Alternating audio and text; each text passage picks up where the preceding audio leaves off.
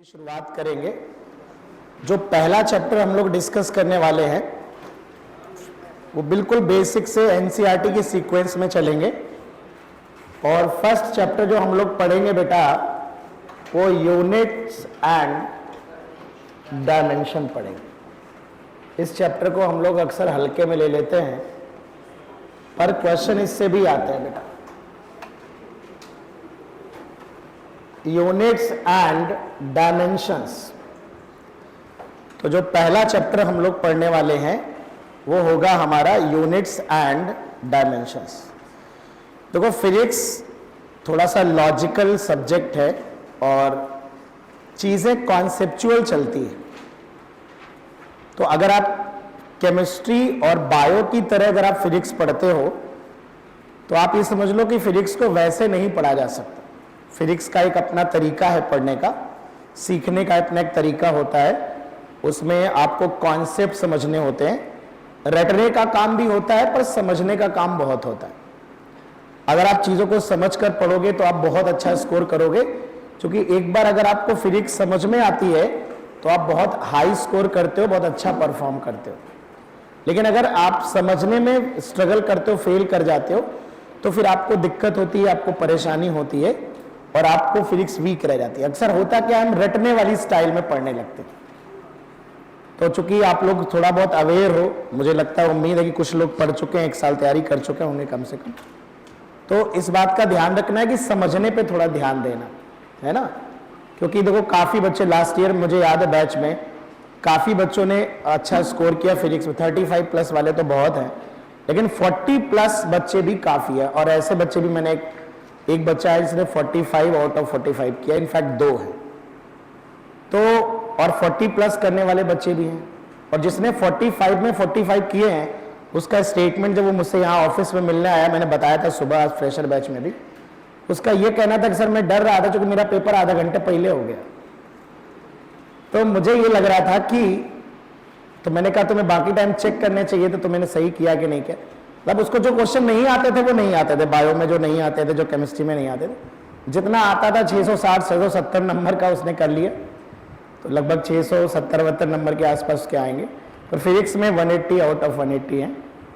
संगम नाम है उसका, 2 साल से लगभग फिजिक्स पढ़ रहा है मुझसे लगातार।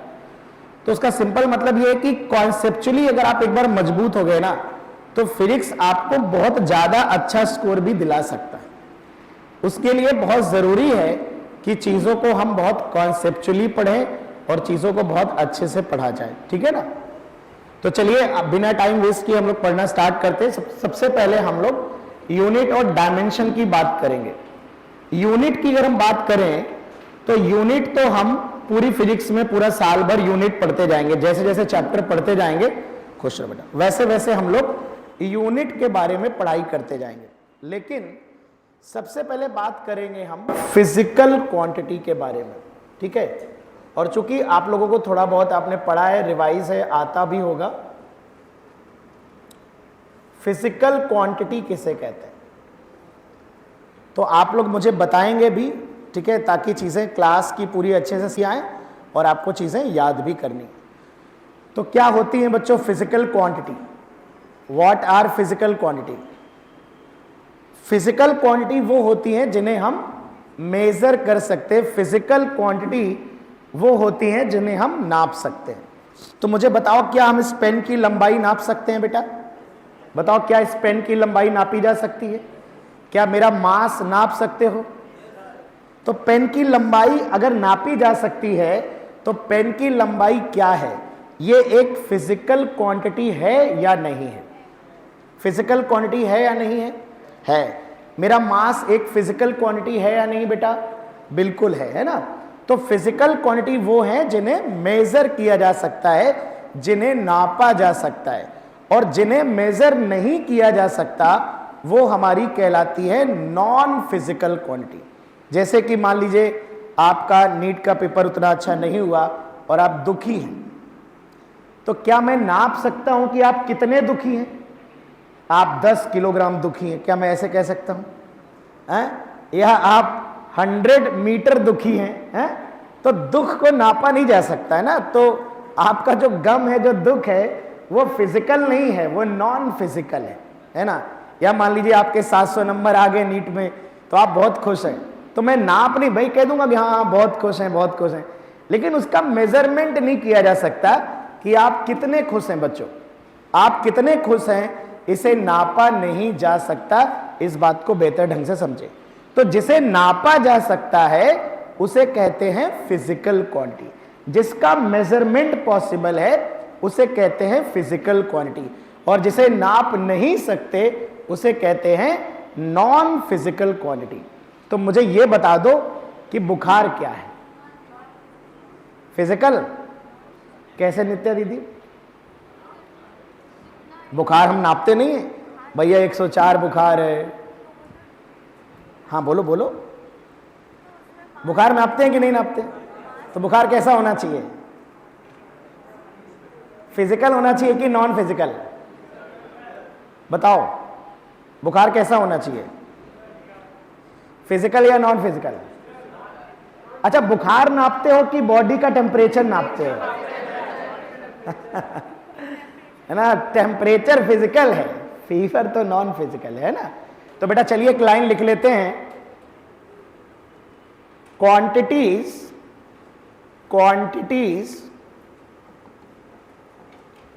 which can be measured, quantities which can be measured are called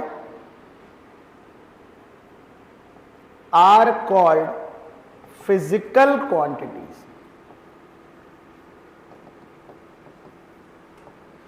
जिन्हें हम मेजर कर सकते हैं उन्हें हम फिजिकल क्वांटिटी कहते हैं।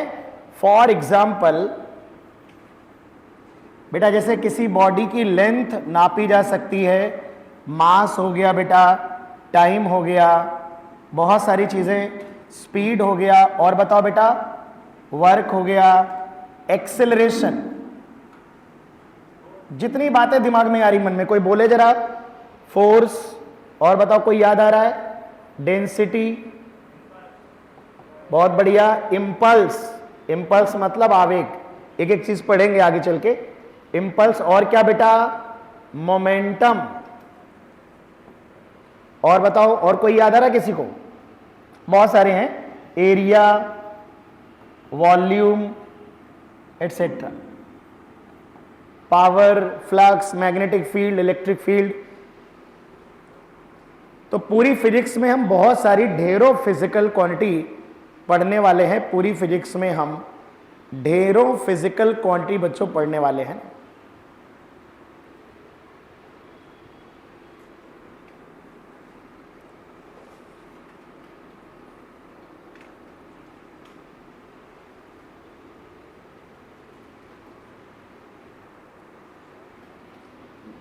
तो जिसे मेजर कर सकते हैं बच्चों, जिसे नापा जा सकता है, वो हमारी फिजिकल क्वांटिटी कहलाती है, और जिसे हम मेजर नहीं कर सकते वो हमारी नॉन फिजिकल क्वांटिटी कहलाती है। तो अगर मुझे नॉन फिजिकल क्वांटिटी लिखनी है, नॉन फिजिकल क्वांटिटी क्या है बेटा?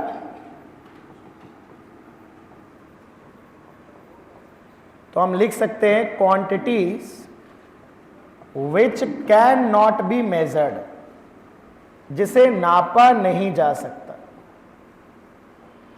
एग्जाम्पल अगर हमें लिखने हो बेटा, अगर हमें इसका एग्जाम्पल लिखना हो तो हम लिख सकते हैं किसी की खुशी, हैप्पीनेस, सॉरो, एंजाइटी, है ना। ये सारी चीजें मेजर नहीं की जा सकती बच्चों, ये सारी चीजें मेजर नहीं की जा सकती।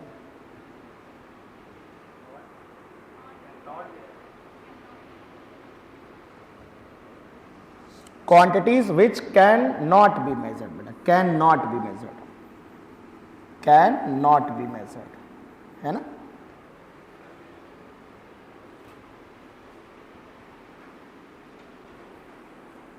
ऐसी गड़बड़ है, कैसी चलो।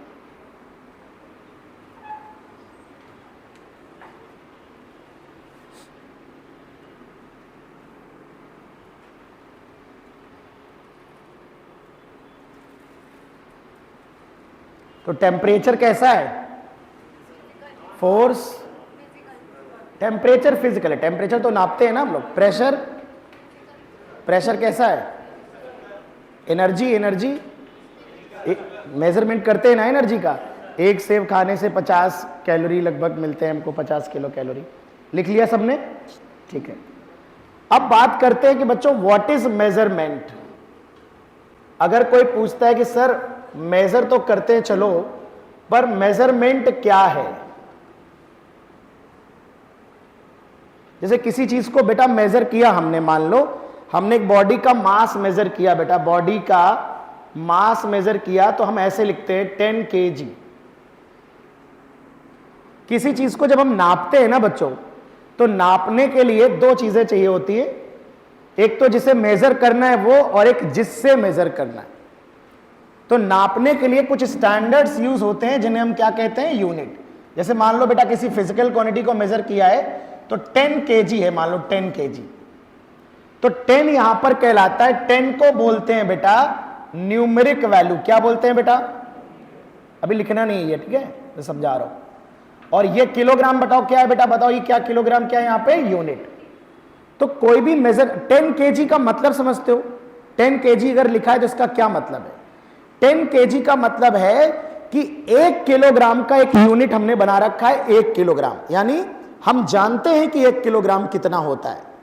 तो 1 किलोग्राम वाले की तुलना में कितने गुना है ये बेटा? ये 10 गुना है। तो measurement is nothing but the comparison. Measurement क्या होता है? नापने का मतलब होता है तुलना करना। जैसे मुझसे कहा जाए कि इस मुझे बेंच की या जो भी ये है इसकी ये ब्रेड्थ मेजर करनी है, और इसका मेजरमेंट मुझे करना है, मेरे पास कोई इंस्ट्रूमेंट नहीं है और मुझे इसको मेजर करना है, तो मैं कैसे मेजर करूंगा बताओ? तो मेरे पास ये पेन था, मैंने इस पेन से मेजर कर लिया। तो देखना जरा, मैं इसको मेजर कर रहा हूं, तो मैं ऐसे रखूंगा, 1 यहां पे आ गया, 2 और यहां पे आ गया 3। तो मैं कहूंगा इस टेबल का जो ब्रेड्थ है, ब्रेड्थ ऑफ द टेबल जो है, it is 3 times of pen. इस जो टेबल की चौड़ाई है वो इस पेन का 3 गुना है, 3 पेन के बराबर है। तो इससे बेटा अंदाजा लग गया हमें कि टेबल की चौड़ाई कितनी है। ये जो 3 कहलाता है, ये बताता है कि इस पेन का कितने गुना है, कितने टाइम्स है हमारा ये मेजरमेंट। ये जो हमारी टेबल की चौड़ाई है, ये पेन का कितने टाइम्स है, कितने गुना है, ये बताता है। और पेन यहां पर बच्चों काहे का काम कर रहा है बताओ? पेन काहे का काम कर रहा है? यूनिट का काम कर रहा है। पेन काहे का काम कर रहा है? यहां पे यूनिट का। यानी हमने कहा कि इस पेन की एक बेटा पर्टिकुलर लेंथ है, इस पेन की एक पर्टिकुलर लेंथ है, और उस लेंथ का 3 टाइम्स अगर हम कर दें तो हमारी ब्रेड्थ आ जाएगी। तो बच्चों मुझे बहुत ध्यान से बताओ, क्या ये एक मेजरमेंट है? ये मेजरमेंट एक तुलना ही तो कर रहा है, एक कंपैरिजन ही तो कर रहा है। ये कंपैरिजन ही तो है कि भैया की जो चौड़ाई है वो इस ब्रेड्थ की, वो पेन की लंबाई की 3 गुना है। इसी तरह से अगर मैं बच्चों ऐसे लिखता हूं कि कमरे की मान लो लेंथ है, किसी रूम की लेंथ है, या किसी रॉड की लेंथ 10 मीटर है, 10 मीटर, 10 मीटर ऐसे लिखा है, तो 10 मीटर का मतलब, पहले तो सोचो मीटर क्या है। मीटर तो मीटर एक छड़ी है जिसकी लंबाई लगभग इतनी है, मान लो दिस इज मीटर।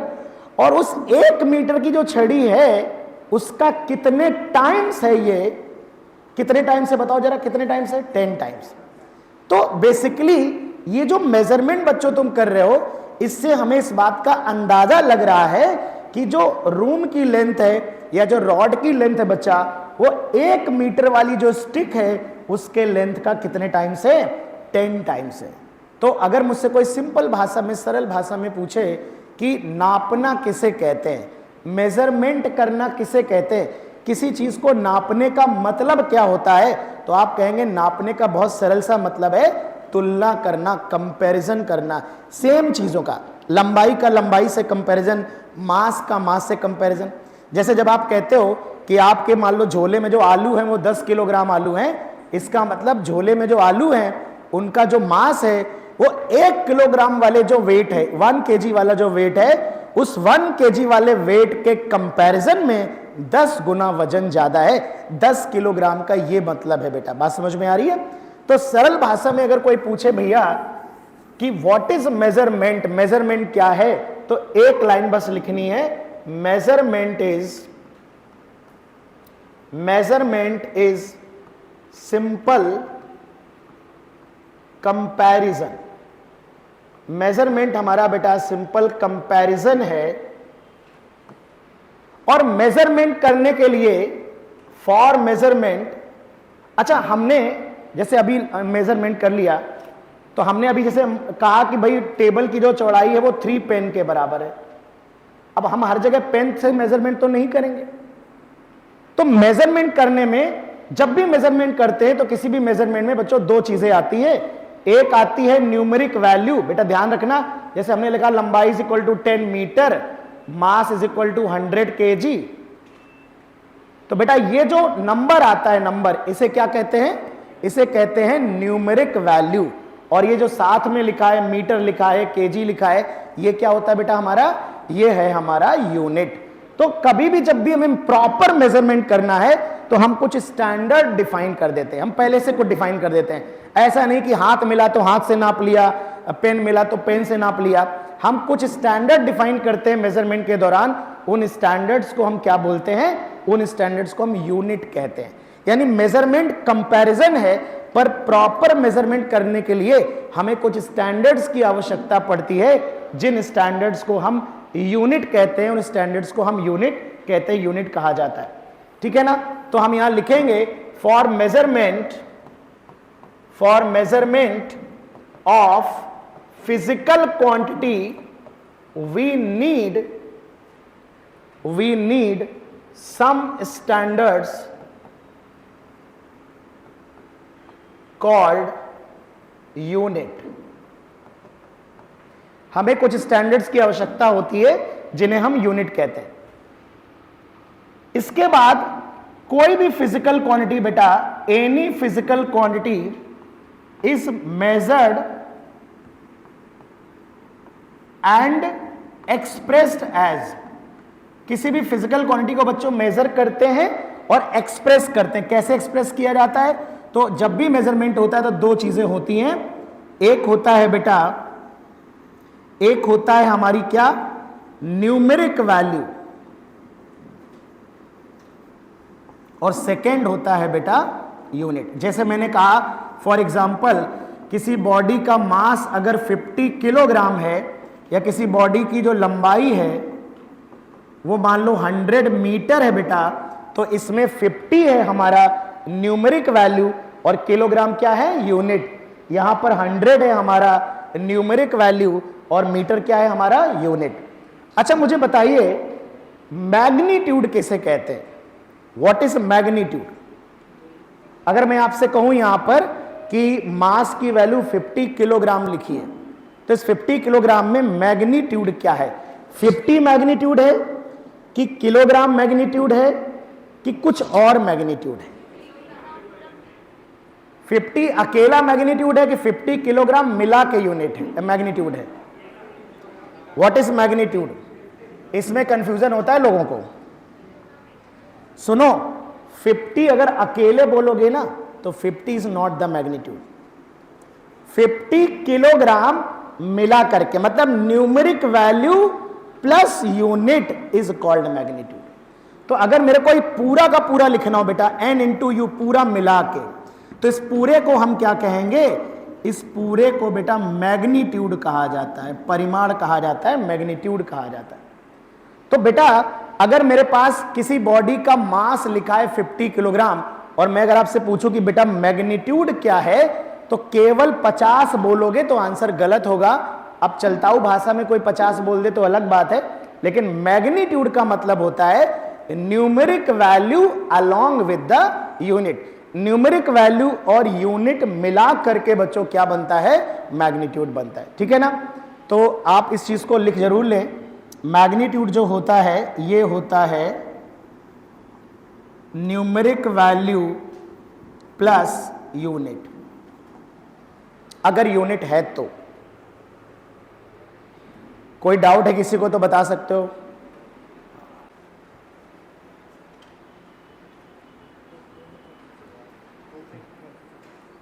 अभिषेक,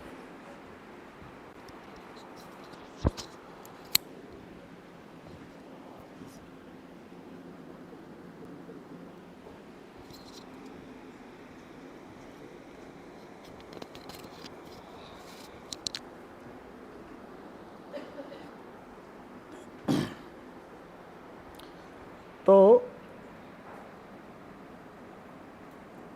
एक छोटा सा क्वेश्चन का आंसर करो जरा।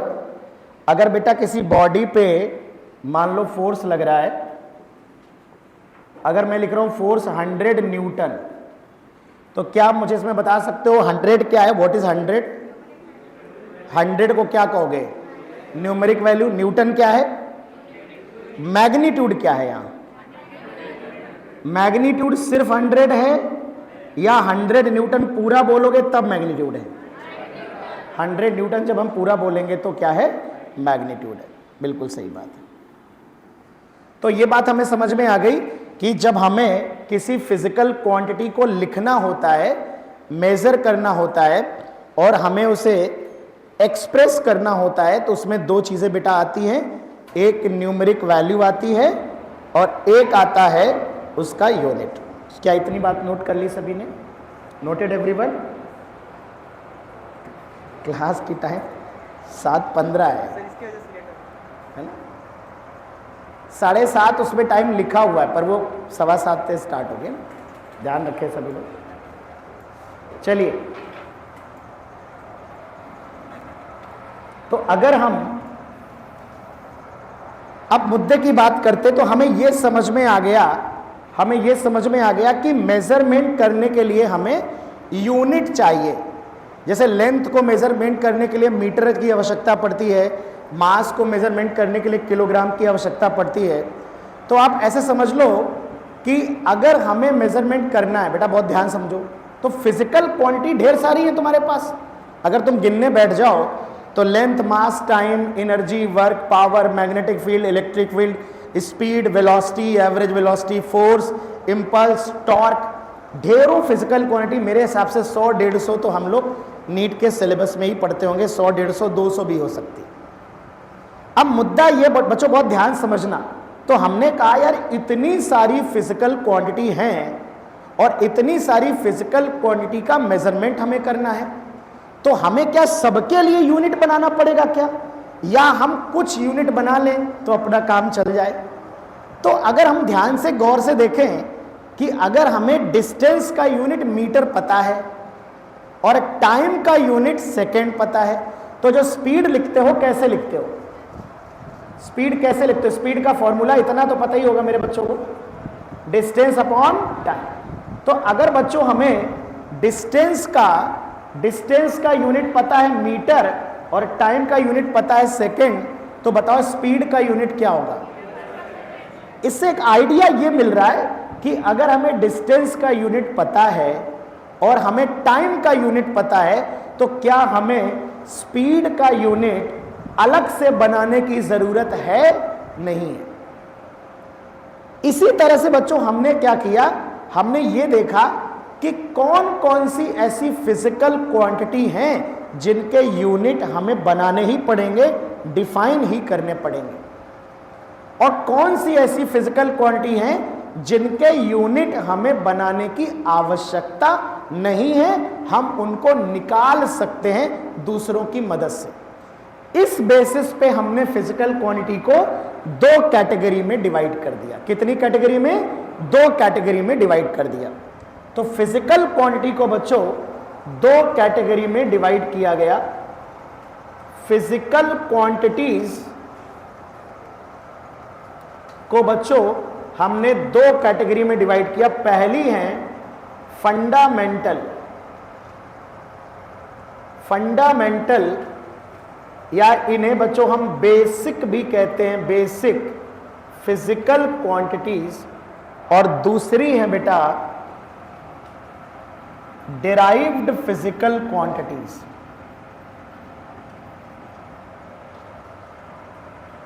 Derived physical quantities.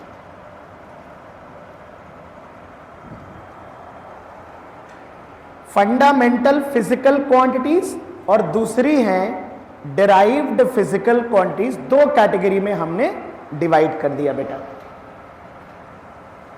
दो कैटेगरी में हमने डिवाइड कर दिया। अब सबसे पहले अगर हम देखें तो फंडामेंटल फिजिकल क्वांटिटीज क्या है? तो फंडामेंटल फिजिकल क्वांटिटी वो है बच्चों जो दूसरी फिजिकल क्वांटिटी पर डिपेंड नहीं करती, वो इंडिपेंडेंट होती हैं दूसरों से, वो दूसरों पर डिपेंड नहीं करती।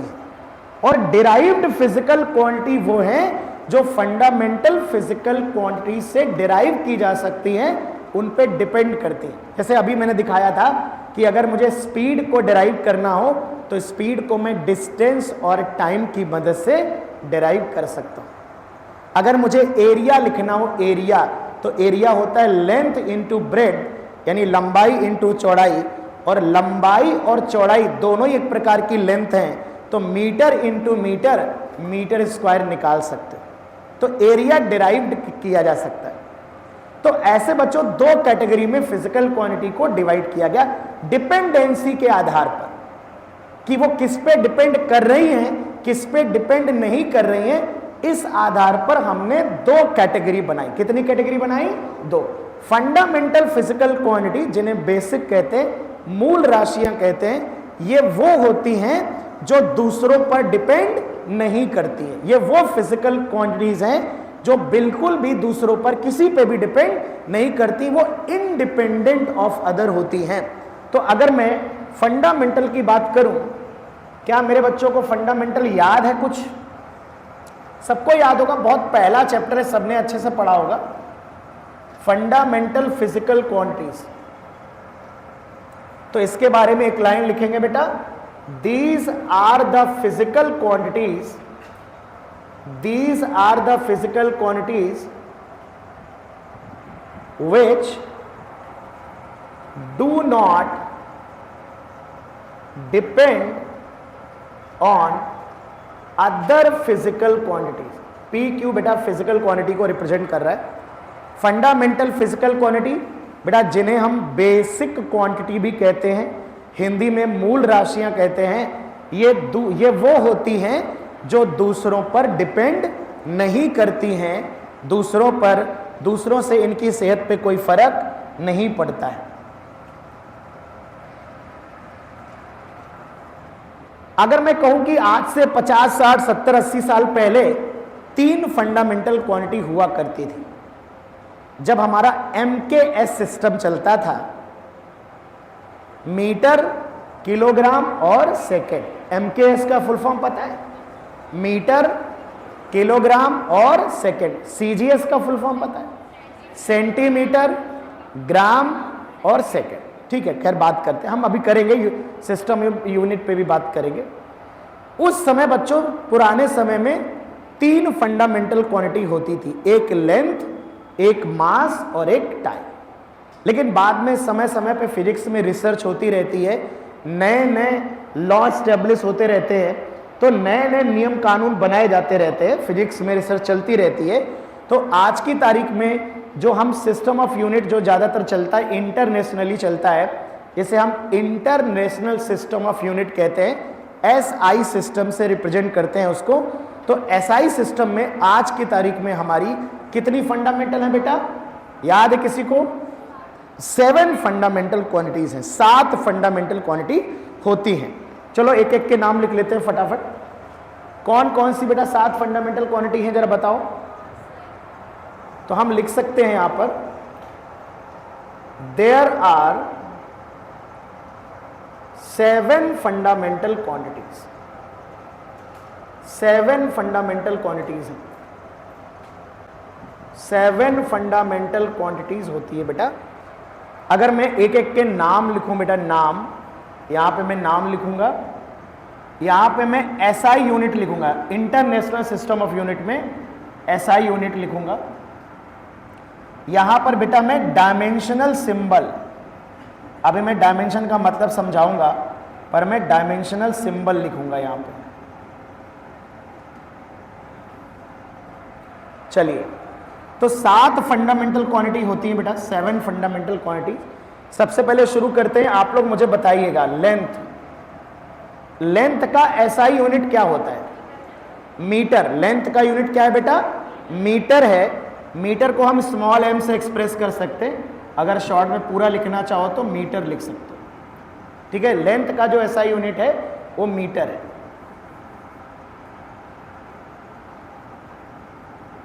ठीक है। मास बेटा, मास, मास का यूनिट क्या है बेटा? किलोग्राम, तो केजी लिखा जाता है।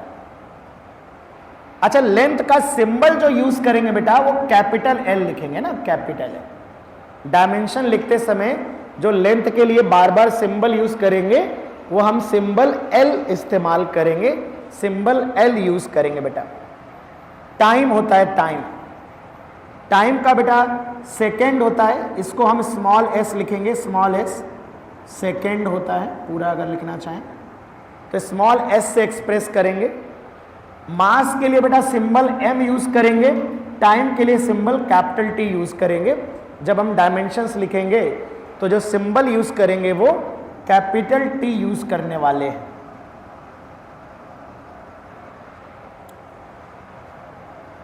इसी को अगर हम और एक्सटेंड करें तो चौथा है बेटा हमारा इलेक्ट्रिक करंट। इलेक्ट्रिक करंट, तो इलेक्ट्रिक करंट क्या है बेटा? इलेक्ट्रिक करंट का यूनिट होता है एम्पियर। एम्पियर को हम ए भी लिखते हैं और डायमेंशन में भी हम कैपिटल ए लिखेंगे इसके लिए। कभी कभी कैपिटल आई भी लिखा जाता है, सिंबल कैपिटल आई भी यूज करते। डायमेंशन लिखते समय या तो कैपिटल ए लिखेंगे या कैपिटल आई लिखेंगे। टेम्परेचर भी लिख सकते। अगला है टेम्परेचर, अगला है टेम्परेचर। तो टेम्परेचर बेटा केल्विन में, international unit system of unit में केल्विन होता है बेटा। केल्विन को हम के भी लिखेंगे, यहां सिंबल में भी के लिखेंगे, कभी कभी थीटा भी लिखा जाता है। के से भी यूज करेंगे सिंबल डायमेंशन के समय और थीटा भी इस्तेमाल करेंगे। इसके बाद आता है ल्यूमिनस इंटेंसिटी। ल्यूमिनस इंटेंसिटी,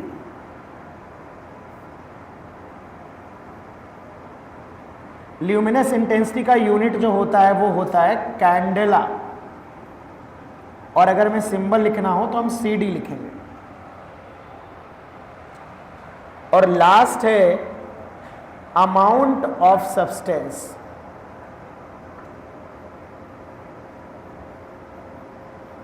इसका जो यूनिट है वो मोल है, MOLE, और अगर हमें डायमेंशन लिखना होता है तो सिर्फ MOL लिखा जाता है।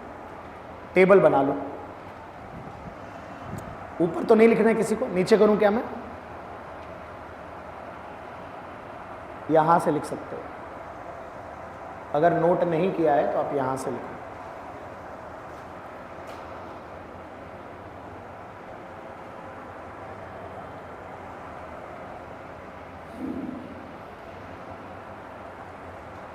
बिल्कुल बेसिक से पढ़ेंगे, सारी चीज़ें कवर करेंगे, चाहे वो NCERT हो, NCERT एग्जाम्पलर हो, ठीक है। मतलब कोई भी चैप्टर जब ख़त्म करते हैं तो बहुत डिटेल में ख़त्म किया जाएगा। तो इसलिए जो बस पढ़ाया जा रहा है उसको अगर तुम होल्ड कर लो तो सफिशिएंट होगा मेरे हिसाब से। कुछ भी, कोई भी किताब बाहर से पढ़ने की ज़रूरत आपको नहीं महसूस होगी। बस एक महान काम कर सकते हो कि रेगुलर क्लास करनी है। क्यों नित्या दीदी? कॉपी में नोट्स काफ़ी हो जाते हैं ना। हाँ, तो जो लोग जानते हैं वो जानते हैं कि मतलब चीज़ें मैं डिटेल में पढ़ाऊंगा आपको, किसी भी एंगल से कोई।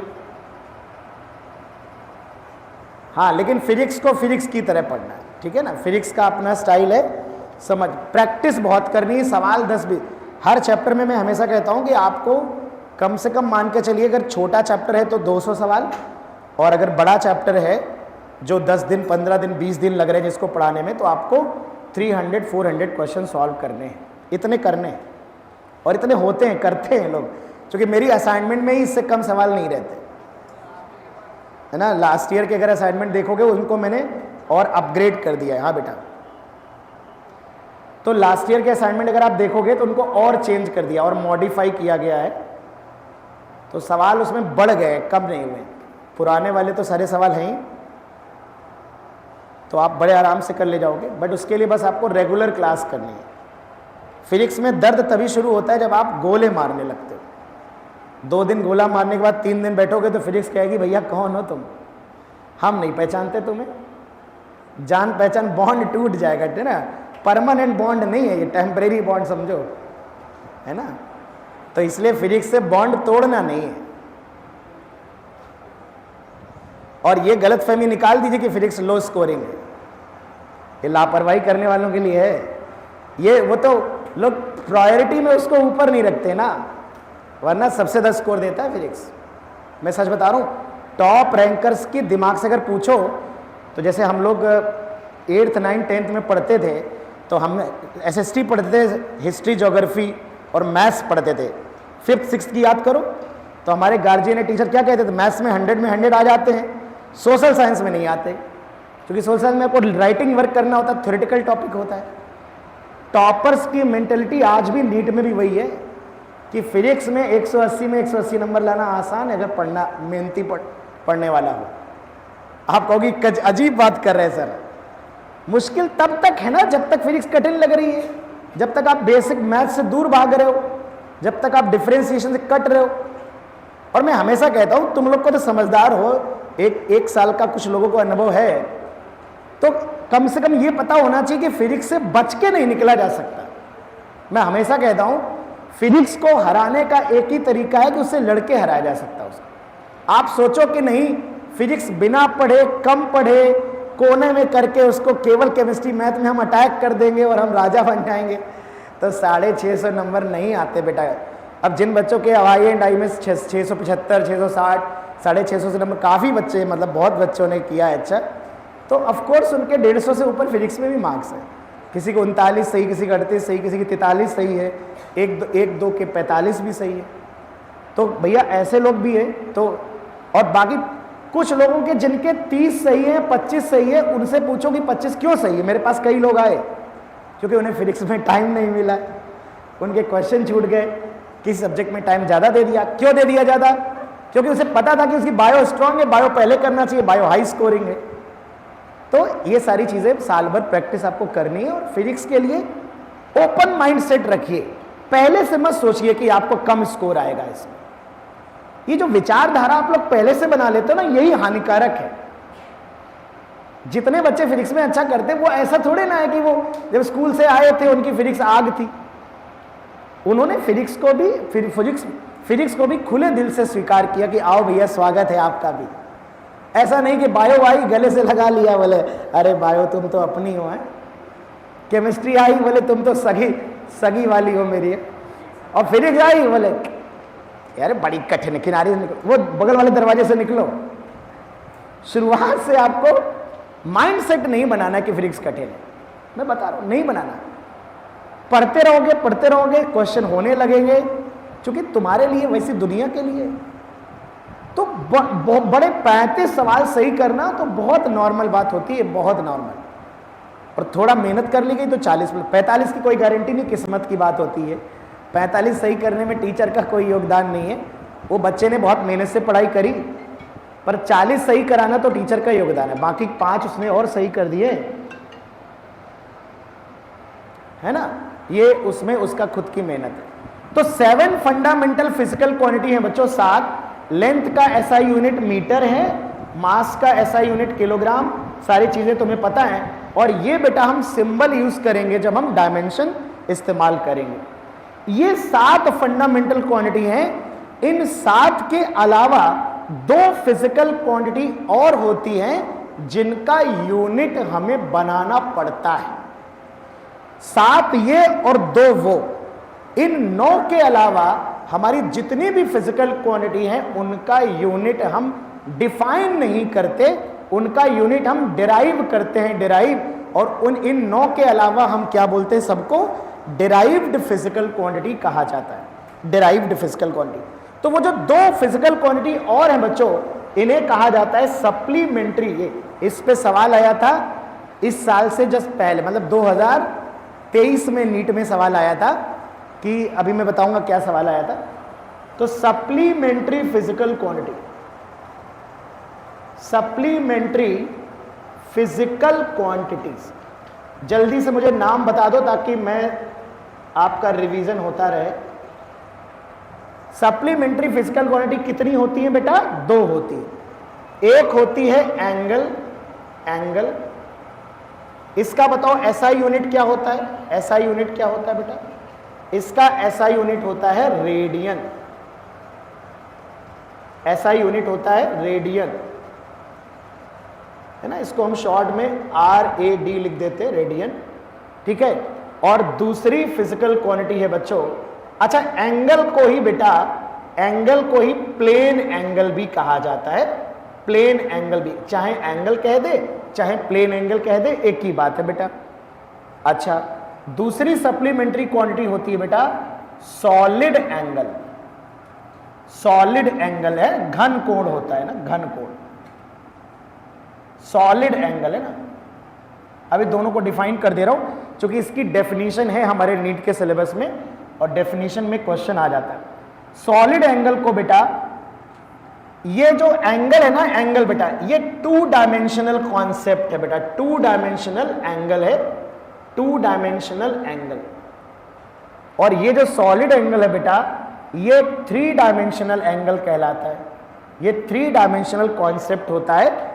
इसका एसआई यूनिट जो होता है, एसआई यूनिट, एसआई यूनिट जो होता है ये होता है हमारा स्टेरेडियन, स्टेरेडियन, इसका जो एसआई यूनिट होता है वो स्टेरेडियन होता है। तो 7 फंडामेंटल क्वांटिटी होती है मेरे बच्चों और 2 होती हैं supplementary physical quantity. 7 fundamental and 2 supplementary physical quantities are there, 7 fundamental होंगी और 2 सप्लीमेंट्री क्वांटिटी होती। अब इनकी डेफिनेशन समझ लेते हैं कि क्यों इन्हें सप्लीमेंट्री कहते हैं, फंडामेंटल इन्हें क्यों नहीं कहते और डेराइव्ड भी क्यों नहीं कहते, ये भी समझेंगे। तो पहले आप इसको लिख लें फटाफट। अच्छा एंगल कैसे डिफाइन होता है, एंगल, कोण कैसे डिफाइन करते हैं बताओ बेटा, एंगल कैसे डिफाइन करते हैं? अगर मैं एंगल डिफाइन करना चाह रहा हूं, एंगल, तो एंगल डिफाइन कैसे होता है बेटा? अगर मुझे एंगल या प्लेन एंगल डिफाइन करना हो, अगर मुझे एंगल या प्लेन एंगल डिफाइन करना हो बेटा, तो देखो एक सर्कल बना लिया जाता है। क्या बना लिया जाता है? सर्कल। इस सर्कल का अगर रेडियस r है, त्रिज्या जो है ना रेडियस r है, और इस सर्कल का मान लेते हैं ये जो लेंथ है, ये देख रहे हो येलो कलर का, ये लेंथ l मान लेते हैं। मान लो ये p पॉइंट है, ये q पॉइंट है बेटा। इस लेंथ को बताओ जरा क्या कहते हैं? इसे कहते हैं आर्क लेंथ, चाप की लंबाई। और ये वाला जो एंगल है थीटा, थीटा ये मान लेते हैं थीटा। तो एंगल बेटा हम कैसे डिफाइन करते हैं बेटा बताओ? एंगल हमारा डिफाइन होता है arc length, arc length divided by radius, मतलब L डिवाइड बाई R। तो जो एंगल डिफाइन होता है हम सभी जानते हैं वो डिफाइन होता है L बाई R से। हमारा एंगल डिफाइन होता है theta is equal to L by R हमारा एंगल। मुझे बस इतना बता दो कि L जो है वो इस चाप की लंबाई है, इस आर्क की लेंथ है। अगर मैं इसे मेजर करूं तो इसका यूनिट बता दो क्या है? यूनिट, लेंथ का यूनिट बता दो, लेंथ का यूनिट मीटर है ना। अच्छा रेडियस का यूनिट क्या होगा? रेडियस भी तो लेंथ ही है, रेडियस भी तो डिस्टेंस ही है ना बेटा, बताओ। रेडियस भी तो डिस्टेंस ही है, तो इसका यूनिट भी क्या? मीटर। इसका यूनिट भी क्या? मीटर। मीटर अपॉन मीटर खल्लास। तो अगर हम इसे डिराइव्ड क्वांटिटी की नजरों से देखेंगे तो एंगल यूनिटलेस हो जाएगा, मीटर से मीटर खत्म। तो अब सोचो अगर यूनिट नहीं होगा तो मेजरमेंट कैसे करोगे? छोटा एंगल बड़ा एंगल कैसे बता पाओगे? अब सोचो, अगर किलोग्राम ना होता तो तुम कहते भैया बकरी के मांस से हाथी का मांस ज्यादा है, लेकिन कोई पूछता कितना ज्यादा है। तो ये जब तुम्हारे पास यूनिट है तभी तो बता पा रहे हो भैया बकरी का मांस 50 kg है, हाथी का 5000 kg है। तो कितने एग्जैक्टली कितने टाइम से ये पता कर पा रहे हो ना बेटा। यूनिट नहीं होगा तो ये कैसे पता कर पाओगे छोटा कोण कौन सा, बड़ा कोण कौन सा, और जो बड़ा कोण है वो कितना बड़ा है। इसके लिए हमें क्या चाहिए? हमें यूनिट चाहिए। तो बच्चों हमें अलग से यूनिट डिफाइन करना पड़ा, हमें दूसरे तरीके से यूनिट डिफाइन करना पड़ा। वो हमारे सिलेबस का हिस्सा नहीं कि हमने रेडियन कैसे बनाया, डिग्री कैसे बनाई, वो सारी चीजें इसका पार्ट नहीं, वो मैथ्स का पार्ट है, वो जरूरी नहीं। मुद्दा ये है कि मीटर बटे मीटर कैंसिल, ये भी लंबाई लेंथ यहां पर भी लेंथ आएगा, लेंथ का डायमेंशन हम आगे देखेंगे, यहां भी लेंथ का डायमेंशन विमाहीन हो जाएगा बेटा ये, ठीक है ना। लेकिन हमें चूंकि ये मीटर अपॉन मीटर खत्म हो रहा था, इसका यूनिट लेस हो रहा था, लेकिन चूंकि हमें बच्चों एंगल का मेजरमेंट करना था, एंगल नापना जरूरी था, एंगल की तुलना करनी थी, छोटा एंगल बड़ा एंगल, इसलिए हमें अलग से यूनिट डिफाइन करना पड़ा, जिसे हम सप्लीमेंट्री यूनिट कहते हैं। तो इसका यूनिट हमने क्या डिफाइन किया बच्चों? इसका यूनिट हमने डिफाइन किया रेडियन। क्या डिफाइन किया? रेडियन। अब अगर तुम ध्यान से देखो कि रेडियन और डिग्री में रिश्ता क्या होगा, तो बहुत हम ध्यान से बताएंगे। तो इसका यूनिट हमारा रेडियन होता है, ये बात हम जान चुके। अगर हम कहें कि चलो पूरे सर्कल की अगर बात करें, फॉर कंप्लीट सर्कल, ये पूरा एंगल लेना, पूरा एंगल लेना, तो अगर मैं कहूं for complete circle, for complete circle, for complete circle, for complete circle,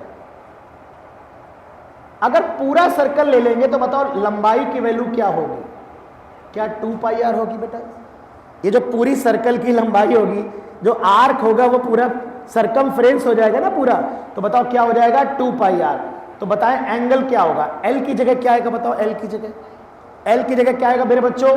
L की जगह आएगा 2πr और नीचे क्या आएगा? r। तो देखो r से r कट जाएगा, तो जो सर्कल का टोटल एंगल होता है, सर्कल का टोटल एंगल ये 2π होता है। और हम सभी जानते हैं कि ये जो कंप्लीट एंगल होता है सर्कल का, ये कंप्लीट एंगल ये कितने डिग्री होता है भैया?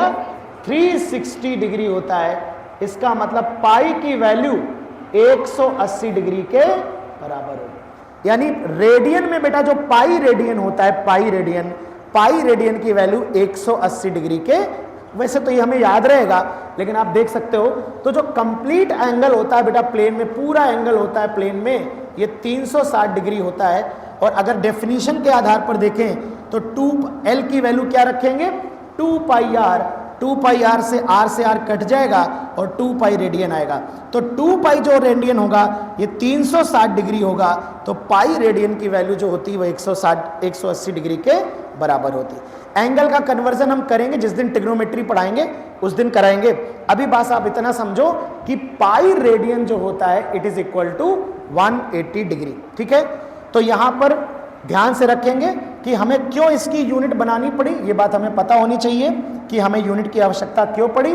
क्योंकि अगर हम इसका यूनिट नहीं बनाएंगे अलग से तो मीटर तो कैंसिल आउट हो जाएगा, फिर हम एंगल का प्रॉपर मेजरमेंट नहीं कर पाएंगे, दो एंगल्स का तुलना नहीं कर पाएंगे, कंपैरिजन नहीं कर पाएंगे।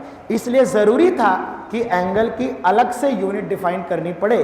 तो सप्लीमेंट्री एंगल की जो यूनिट है वो सप्लीमेंट्री यूनिट है, जिसे हम इंटरनेशनल सिस्टम ऑफ यूनिट में रेडियन कहते हैं। रेडियन और डिग्री का रिश्ता क्या है बेटा? पाई रेडियन की वैल्यू कितनी होती है? 180 डिग्री के बराबर होती है, ठीक है। लिख लो फटाक से।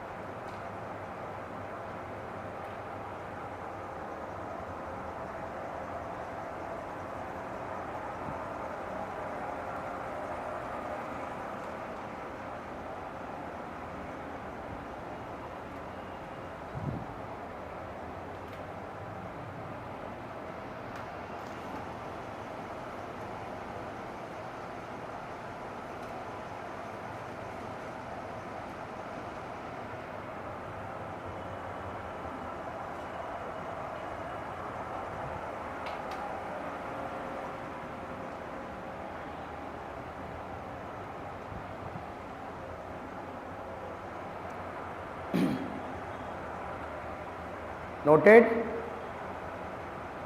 लिखो सांबा जल्दी। मूछे तुम्हारी स्टाइलिश। अजय देवगन से इंस्पायर हो क्या? नहीं, बढ़िया है।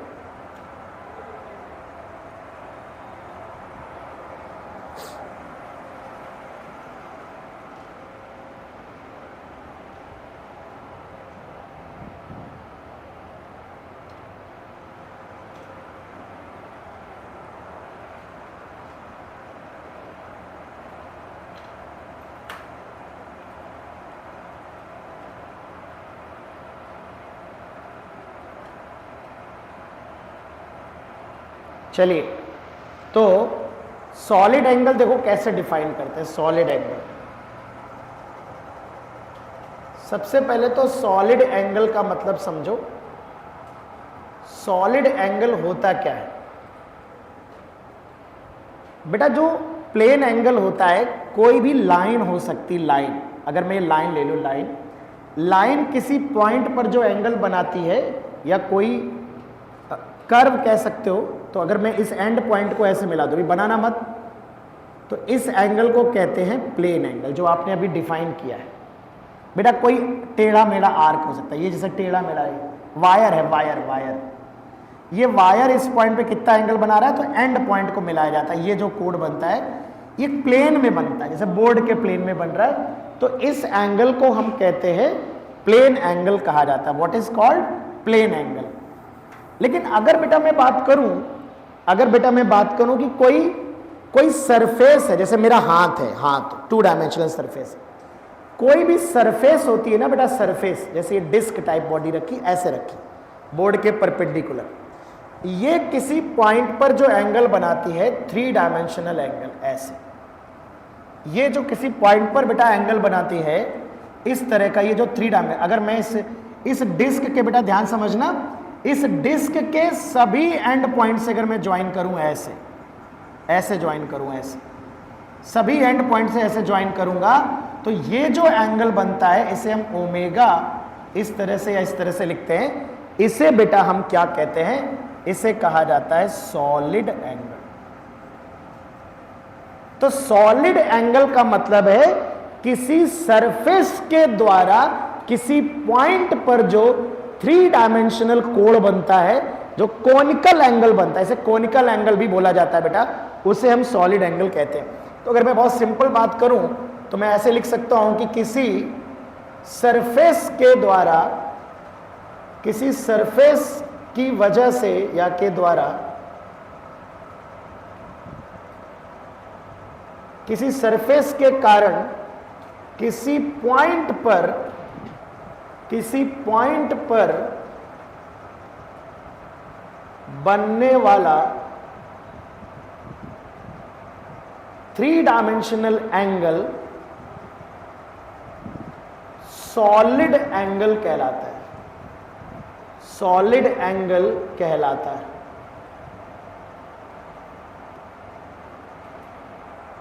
जरूरी नहीं कि सर्कुलर ही हो सरफेस बेटा, सरफेस कैसी भी हो सकती है, रेक्टेंगुलर हो सकती है। देखो ऐसे, ये एक प्लेट है, प्लेट टेढ़ी नहीं बनाई, बोर्ड के परपेंडिकुलर रखी है बच्चों ये प्लेट। मान लो पॉइंट यहां है, पॉइंट यहां है बेटा, दिस इज द पॉइंट। यहां पर अगर मैं इसके सभी एंड पॉइंट से ऐसे ज्वाइन करूं, सभी एंड पॉइंट से ऐसे, सभी सरफेस के पॉइंट से ज्वाइन कर सकता हूं ऐसे, तो ये जो इसका एक एंगल बनेगा, ये आप देख रहे हैं यहां पर, ये जो एंगल बनेगा यहां पर, ये इस तरह से, ये हमारा सॉलिड एंगल कहलाएगा। तो सरफेस कोई भी हो सकती है, सरफेस बेटा सर्कुलर हो सकती है, सरफेस रेक्टेंगुलर हो सकती है, कैसी भी सरफेस हो सकती है बेटा। जैसे मान लो ऐसा हेमीस्फीयर हो सकता है, आधा गोला, आधा गोला, और ये आधा गोला इस पॉइंट पे देखा जाए तो इसके एंड पॉइंट से ज्वाइन करोगे ऐसे, ऐसे, ये वाला जो एंगल होगा बेटा, ये वाला जो एंगल होगा, ये हमारा सॉलिड। बहुत सिंपल है, आप एक डायग्राम से भी बात समझ सकते हो। किसी सरफेस के द्वारा किसी पॉइंट पर जो एंगल बनता है, कैसे पता करेंगे कौन सा एंगल है? जो सरफेस के एंड पॉइंट होंगे, जो एक्सट्रीम होगा, जैसे मेरा ये हाथ है, ये सरफेस है, तो ये वाले सारे पॉइंट, ये वाले सारे पॉइंट, ये वाले, इन सारे पॉइंट्स को इस पॉइंट से ज्वाइन कर दो, इन सभी पॉइंट्स को यहां से ज्वाइन कर दो, ऐसे ऐसे ऐसे, तो यहां जो एंगल बन रहा होगा ये जो सभी पॉइंट इससे इससे इससे इससे इससे सभी से अगर यहां ज्वाइन करोगे तो वो जो लाइंस बनेंगी उनके बीच में जो कॉनिकल एंगल आ रहा होगा उसे हम लोग सॉलिड एंगल कहते हैं। ठीक है, हमसे कहीं बनवाएगा नहीं, कहीं जरूरत नहीं, पर हमें अच्छे से समझ आना चाहिए कि सॉलिड एंगल का मतलब क्या है। तो किसी लाइन के द्वारा किसी पॉइंट पर जो एंगल बनता है, ये पेन जो एंगल बना रहा होगा किसी पॉइंट पर, ये प्लेन एंगल होगा। लेकिन मेरा हाथ जो एंगल बना रहा होगा, जैसे किसी इंसान की बॉडी आपकी आंख पे जो एंगल बनाती है, पूरी बॉडी लंबाई चौड़ाई सब, वो सॉलिड एंगल होता है। लेकिन ये पेन की अगर चौड़ाई को मैं इग्नोर कर दूं, मोटाई को इग्नोर कर दूं, ये पेन आपके आंख पे जो एंगल बना रहा होगा वो एक प्लेन एंगल होगा, क्योंकि मैं इस चौड़ाई को इग्नोर कर दे रहा हूं। एकदम पतला पेन मान लो तुम, है ना। तो बेटा किसी सरफेस के द्वारा किसी आंख पर जो एंगल बनता है उसे सॉलिड एंगल कहा जाता है। सिंपल डेफिनेशन, इसका फॉर्मूला अगर हमें लिखना हो, डिफाइन कैसे करते हैं। मान लो एक हमारे पास गोला है, सर्कल नहीं है, स्फीयर है, एक स्फीयर है हमारे पास। इस जैसे जो प्लेन एंगल डिफाइन करते हैं वो सर्कल लेके डिफाइन करते हैं, सॉलिड एंगल जब डिफाइन करते हैं तो स्फीयर लेके डिफाइन करते हैं। बहुत ध्यान सुनना कैसे डिफाइन होता है बेटा। अगर मैं इस स्फीयर में एक छोटा सा टुकड़ा ले लूं, सर्कल का, इस स्फीयर का छोटा सा टुकड़ा ले लूं, एरिया मान लेते हैं। इस छोटे से टुकड़े का जो एरिया है, एरिया वो ए है, इतने छोटे से टुकड़े का एरिया ए है। ये जो छोटा सा टुकड़ा है वो यहां पर सेंटर पे सॉलिड एंगल बना रहा है, मान लेते हैं omega, this is also omega, ठीक है, ओम कह सकते हो, जो भी कहना चाहो। तो किसी स्फीयर के एक छोटे स्फीयर की सरफेस पर, आप सोचो ना, स्फीयर है ना, स्फीयर की सरफेस पे एक छोटा सा एरिया ले लिया आपने, एरिया है ना, कोई भी छोटा सा एरिया ले सकते हो। उस एरिया के कारण ये जो सॉलिड एंगल बनता है, ये जो सॉलिड एंगल बनता है, ये कैसे डिफाइन करते हैं स्फीयर में। तो बेटा सॉलिड एंगल डिफाइन होता है, सॉलिड एंगल डिफाइन होता है इस शेडेड पार्ट का area A divided by R square. अगर मैं कहूं कि ये जो एरिया है, एरिया अपॉन आर स्क्वायर बेटा डिफाइन होता है, यहां पर इसका एरिया हमारा ए। तो ये वहां एल बाई आर होता है, वहां पर लेंथ होती है और आर होता है। यहां पर बेटा इस स्फीयर के छोटे से रीजन का एरिया, जितने रीजन का सॉलिड एंगल बनाना है, अगर आधे स्फीयर का सॉलिड एंगल बताना है तो आधे स्फीयर का एरिया ले लेंगे, पूरे स्फीयर का सॉलिड एंगल बताना है तो पूरे स्फीयर का एरिया ले लेंगे, है ना। वो डिपेंड करेगा कि कौन सा सॉलिड एंगल पूछा गया है। तो एरिया लिखते हैं ऊपर, डिवाइड बाई आर स्क्वायर लिखते हैं। अब मुझे आप बताइए जरा देखकर, अगर मैं इसकी डेफिनेशन आपको दिखा दिया है, डेफिनेशन आपको याद रखनी होगी, कभी कभार सीधे यही पूछ लेता है, क्योंकि एनसीईआरटी में सॉलिड एंगल और एंगल मेंशन है। अगर मैं आपसे पूछूं कि अगर चलो मैं इसका यूनिट नहीं बनाता और आप फंडामेंटल यूनिट की मदद से इसकी यूनिट निकालने की कोशिश करिए, तो मुझे बताइए जरा एरिया का यूनिट क्या होता है। एरिया का यूनिट लिखेंगे आप, ऊपर लिखेंगे आप मीटर स्क्वायर, और नीचे क्या लिखेंगे बताइए, नीचे क्या लिखेंगे, मीटर स्क्वायर लिखेंगे, क्योंकि आर स्क्वायर है ना बेटा, आर है रेडियस, रेडियस को मेजर करेंगे मीटर में, और मीटर स्क्वायर से मीटर स्क्वायर जाएगा कैंसिल, तो ये यहां से खत्म हो जाएगी कहानी, यानी सॉलिड एंगल यूनिट लेस हो जाएगा। तो लेकिन हमें बहुत सारे फिजिक्स में बेटा ऐसी चीजें आती हैं जहां पर सॉलिड एंगल जरूरी होता है, बिना उसके हमारी कहानी नहीं चलेगी। तो हमारे लिए सॉलिड एंगल का यूनिट होना जरूरी है, तो हमने इसके लिए भी सप्लीमेंट्री यूनिट बनाया, जिसे हम क्या कहते हैं, स्टेरेडियन। तो इसका जो सप्लीमेंट्री यूनिट होता है, सप्लीमेंट्री यूनिट, ये बेटा हमारा स्टेरेडियन होता है। इसका मतलब जो भी ये वैल्यू आएगी बेटा, जो भी ये वैल्यू आएगी वो काहे में आएगी, स्टेरेडियन में आएगी। उसके सामने हम क्या लिखेंगे, स्टेरेडियन लिखेंगे। We will write steradian. Area और रेडियस का रेशियो का, स्क्वायर का रेशियो जब लिखेंगे तो जो भी संख्या आएगी, जो भी नंबर आएगा बेटा, उसके सामने हम यूनिट जो लिखेंगे वो क्या लिखेंगे, स्टेरेडियन लिखेंगे। तो हमारे नीट में एक बहुत सरल सा सवाल, 2 सवाल तो पूछ ही सकता है। हालांकि इलेक्ट्रोस्टैटिक्स में जब फ्लक्स पढ़ते हैं तो कई बार ये वाला टॉपिक डिस्कस हो जाता है कि अगर कोई पूछे कि बताओ एक जो स्फीयर होता है, स्फीयर जैसे आपने पढ़ा कि एक सर्कल जो होता है, सर्कल वृत्त जो होता है वो सेंटर पे कितना एंगल बनाता है, तो आपने कहा सर 360 डिग्री या फिर रेडियन में बोलेंगे तो 2 पाई रेडियन, 360 डिग्री या फिर 2 पाई रेडियन। लेकिन अगर कोई ये पूछे कि एक कंप्लीट स्फीयर, एक कंप्लीट स्फीयर अपने सेंटर पे कितना सॉलिड एंगल बनाता है, अगर मुझे उसका कैलकुलेशन करना हो तो उसका कैलकुलेशन अगर हमसे करा जाए, अगर मुझसे कोई क्वेश्चन पूछे कि find out solid angle made by complete sphere at its centre, इसके सेंटर पर सॉलिड एंगल कितना बनाएगा। तो बेटा ये बताओ मुझे, कंप्लीट स्फीयर का अगर रेडियस r है तो इसकी एरिया कितना होता है इसका, 4 पाई, मुझे पूरा एरिया पता है। तो सॉलिड एंगल का फॉर्मूला लगाएंगे, area divided by r square. पूरे स्फीयर का बेटा जो एरिया होगा, पूरे स्फीयर का एरिया उसे लिखेंगे 4 पाई r स्क्वायर। मुझे उम्मीद है कि स्फीयर का एरिया हमको याद होगा, स्फीयर का एरिया 4 पाई r स्क्वायर याद है ना सबको, ठीक, डिवाइड बाई r स्क्वायर। बेटा r स्क्वायर से r स्क्वायर कैंसिल आउट हो जाएगा, आंसर होगा 4 पाई स्टेरेडियन, ऐसे लिखेंगे 4 पाई स्टेरेडियन। और पाई की वैल्यू भी अगर हम लिखना चाहें तो 3.14 से गुणा कर देंगे और ऐसे लिख देंगे स्टेरेडियन। रेडियन न लिख देना, तो कई बार बच्चों को गलतफहमी होती कि पाई के सामने तो रेडियन ही लिखा जाएगा, ऐसा नहीं। पाई एक वैल्यू को रिप्रेजेंट करता है, 22/7 लगभग में या 3.14 को रिप्रेजेंट करता है ना। तो पाई के सामने ऐसा थोड़े ना कि पाई आ गया है तो रेडियन ही लिखा जाएगा, क्योंकि आप सॉलिड एंगल की बात कर रहे हो और सॉलिड एंगल का बेटा जो यूनिट होता है वो स्टेरेडियन होता है। तो एक पूरा का पूरा कंप्लीट स्फीयर बच्चों जो होता है वो आपका 4 पाई स्टेरेडियन का सॉलिड एंगल बनाता है, ठीक है। तो इसको बेटा फटाक से लिख लो शुरुआत से, अगर आपने नहीं लिखा है तो।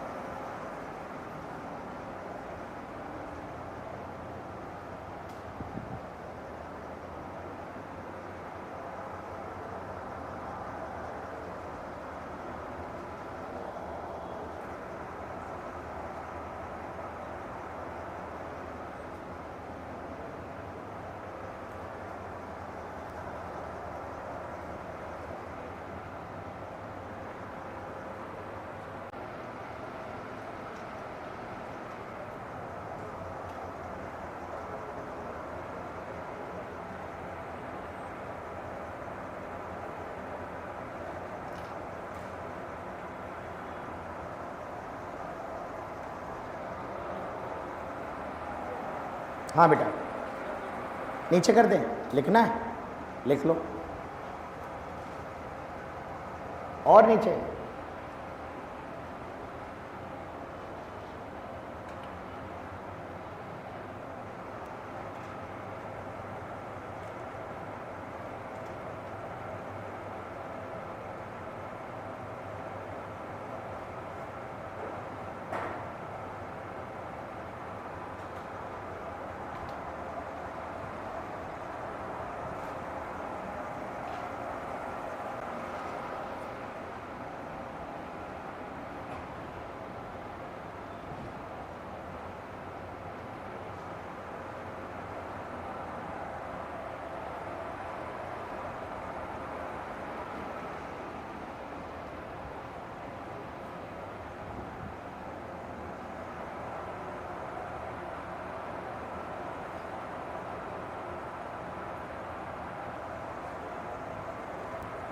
जो लोग बैठे हैं नोट करके, वो ये निकालें कि हाफ हेमिस्फीयर अगर है तो कितना बनाएगा।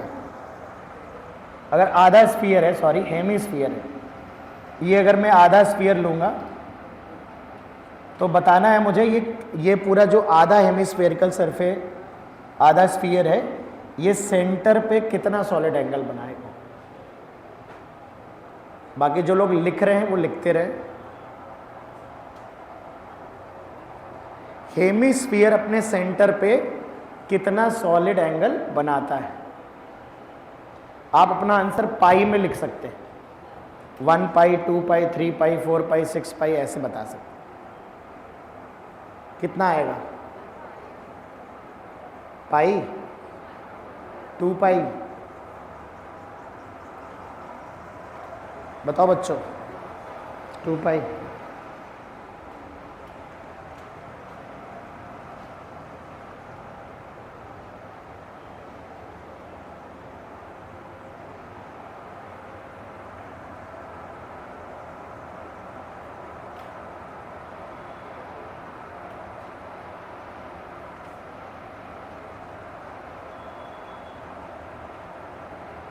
तो अगर हेमिस्फीयर का पूछा जाए, चलो मैं एक सिंपल क्वेश्चन पूछता हूं। अगर मैं आपसे कह रहा हूं कि इसकी रेडियस आर बेटा 10 मीटर है, 10 मीटर, और यहां पर मैंने एक छोटा सा एरिया ले लिया, छोटा सा एरिया। इस छोटे से रीजन का जो एरिया है ये है 20 सेंटीमीटर स्क्वायर। ये सेंटर से है, और ये जो छोटी सी सरफेस है इसे मैं एस कह दे रहा हूं, एस, सरफेस को एस कह रहा हूं, और सरफेस का एरिया इतना। और आपसे सीधे सीधे क्वेश्चन पूछ लेगा, find out solid angle made by surface S at centre. इस सरफेस के कारण कितना सॉलिड एंगल बेटा बनेगा सेंटर पे। ये वाला हमें सॉलिड एंगल बताना है, ये वाला सॉलिड एंगल बताना है। कितना सॉलिड एंगल बनेगा ये बताना है, बस। गलत जवाब है,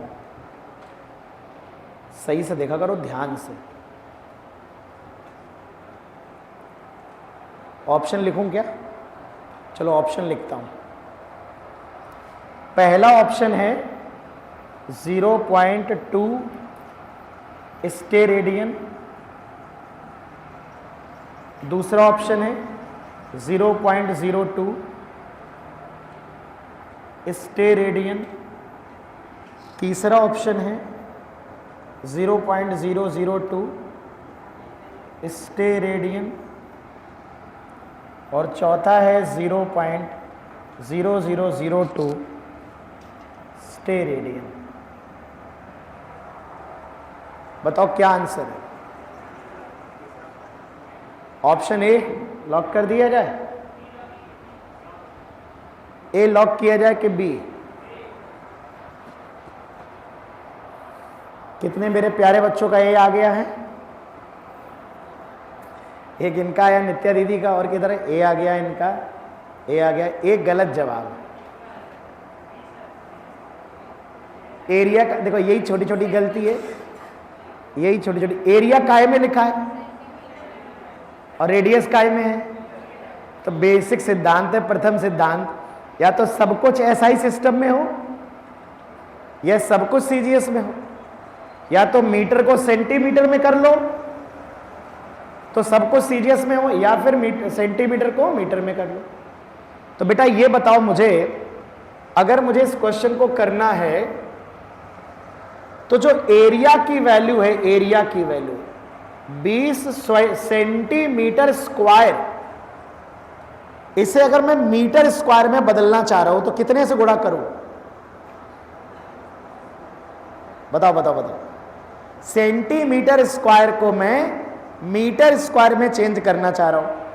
तो मुझे अच्छा ये बताओ, जो सेंटीमीटर होता है ये 10 की पावर -2 मीटर होता है ना बेटा? बोलो। 1 मीटर बराबर 100 सेंटीमीटर, तो 1 मीटर इज इक्वल टू 10 की पावर 2 मीटर सेंटीमीटर। तो 1 सेंटीमीटर इक्वल टू 1/100 हो गया ना बेटा, 1/100। अगर ऐसे नहीं लिख पा रहे हो तो मैं 1/100 लिख दे रहा हूं, नालायक को। मीटर लिख दे रहा हूं, 1/100 मीटर होगा ना, इसका स्क्वायर कर देते हैं। तो स्क्वायर करोगे तो एरिया क्या आएगा? 20। यहां मीटर स्क्वायर आएगा, नीचे आएगा, ये 4 जीरो आएंगे। तो कभी भी सेंटीमीटर स्क्वायर से मीटर स्क्वायर जाना है तो 10 की पावर -4 आ जाएगा मीटर स्क्वायर। ये एरिया होगा हमारा, ठीक है ना।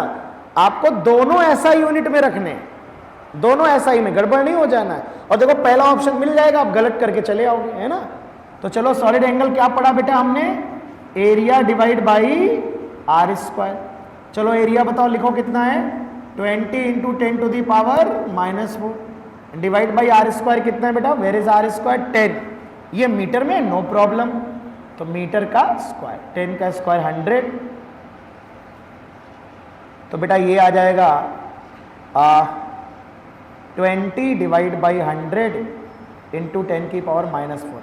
सही लिखा ना मैंने? तो ये एक भी ऑप्शन सही नहीं फिर तो 10, 1 0 ये रहेगा। तो 2 × 10⁻⁻5 रेडियन। तो मैं इसी में एक 5वां ऑप्शन कर देता हूं। कुछ गलत है क्या? कहते सर इसीलिए आंसर नहीं आ रहा था मेरा, क्योंकि आपने सही ऑप्शन ही नहीं दिया। तो आपको नन ऑफ दिस बोलना चाहिए था ना।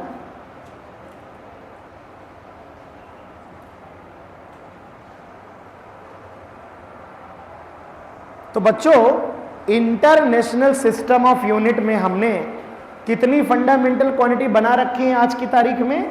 7। 7 के अलावा 2 कैसी हैं? Supplementary quantity. दोनों के यूनिट होते हैं।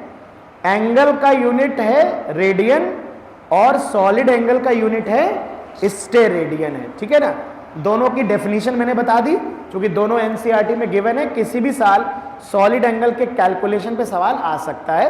तो आप बिल्कुल मान के चलिए कि एकदम अगले आने वाले साल के लिए सुपर हॉट कैलकुलेशन वाला सवाल आपको मिलेगा, ठीक है। इन 9 के अलावा जितनी भी हैं उनको हम लोग डिराइव्ड फिजिकल क्वांटिटी कहेंगे। नाम से ही पता चल रहा है, डिराइव्ड का मतलब है जिन्हें डिराइव किया जा सकेगा। किसकी सहायता से? फंडामेंटल और सप्लीमेंट्री फिजिकल क्वांटिटीज की सहायता से हम लोग उनको डिराइव कर लिया करेंगे। इसलिए हमें उनके यूनिट अलग से डिफाइन करने की जरूरत नहीं पड़ने वाली है, और हमें उनके यूनिट डिराइव करके पता चल जाएंगे। तो हमने उनके यूनिट डिफाइन नहीं किए, ऐसे अपना सिस्टमैटिकली बनाते चले जाएंगे, अभी हम देखेंगे। तो अगली हेडिंग है हमारी डिराइव्ड फिजिकल क्वांटिटी, ठीक है ना। तो क्या ये नोट हो गया सभी का? कोई लिख तो नहीं रहा है? चलिए, तो हेडिंग डालो बच्चों, derived physical quantity.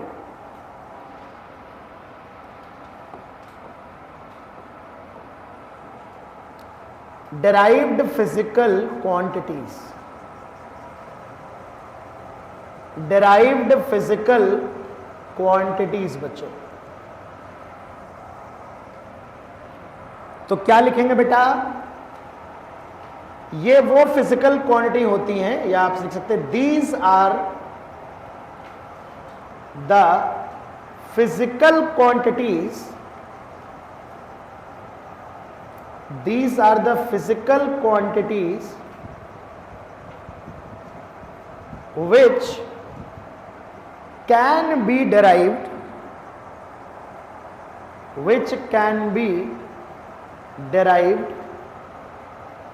with the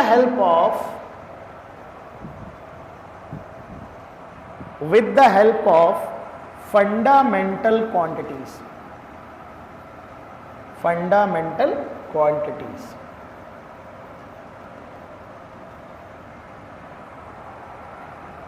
बेटा derived physical quantity, fundamental physical quantity के जो यूनिट होते हैं उन्हें हम फंडामेंटल यूनिट कहते हैं।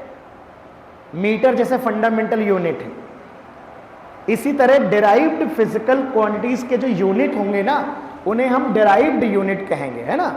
तो units of these physical quantities are called derived units.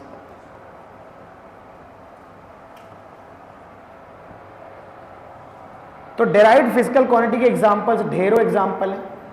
9 के अलावा जितनी भी आप यहां पे लिख सकते हो, 7 fundamental physical quantity and 2 supplementary quantities, 2 supplementary physical quantities के अलावा अतिरिक्त all other quantities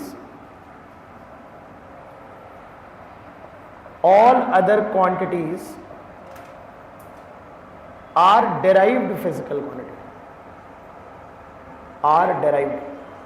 7 फंडामेंटल और 2 सप्लीमेंट्री क्वांटिटी के अलावा जितने भी नाम याद आ रहे हैं, कुछ भी याद आ रहा है, सब कुछ डेराइव्ड फिजिकल क्वांटिटी, चाहे वो इलेक्ट्रिक फील्ड, मैग्नेटिक फील्ड, कुछ भी हो, momentum, force, acceleration, speed, area, volume, density, work, power, energy, impulse, momentum, torque, angular momentum, angular velocity, angular acceleration, कुछ भी याद आ रहा हो आपको, सब कुछ डेराइव्ड फिजिकल क्वांटिटी में आता है। और सभी के यूनिट हम साल भर डेराइव करते रहेंगे, जैसे जैसे फॉर्मूले पढ़ते जाएंगे वैसे वैसे यूनिट आते जाएंगे।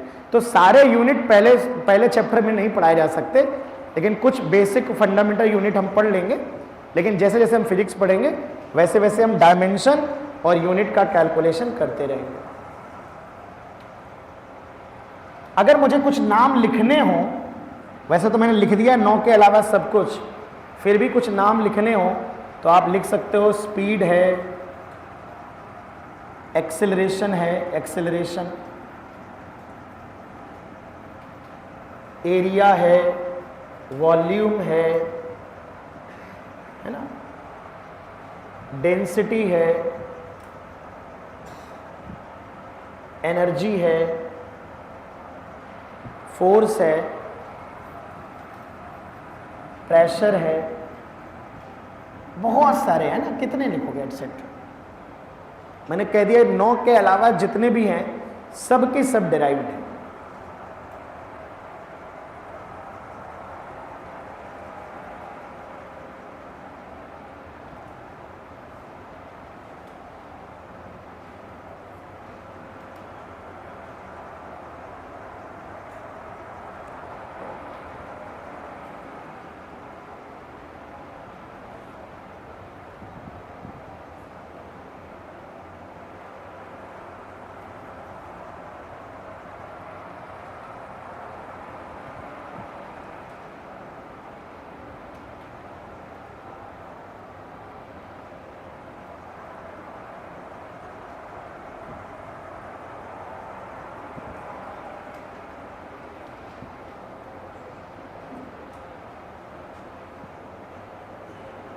हाँ बच्चों, बढ़ा जाए आगे, क्लियर। अब चलिए, अब हम बात करते हैं डायमेंशन की, बात करते हैं कि डायमेंशन किसे कहा जाता है। Dimensions of A derived physical quantity.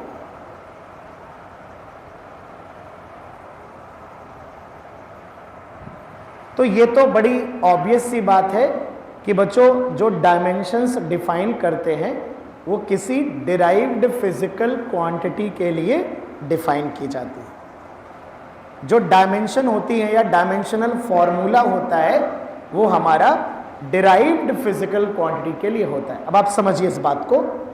हमने कहा बेटा कि डिराइव्ड फिजिकल क्वांटिटीज क्या हैं, तो आपने कहा कि सर डिराइव्ड वो हैं जिन्हें हम फंडामेंटल की सहायता से डिराइव कर सकते हैं, जिन्हें फंडामेंटल की मदद से एक्सप्रेस कर सकते हैं, फंडामेंटल के टर्म में उन्हें लिखा जा सकता है।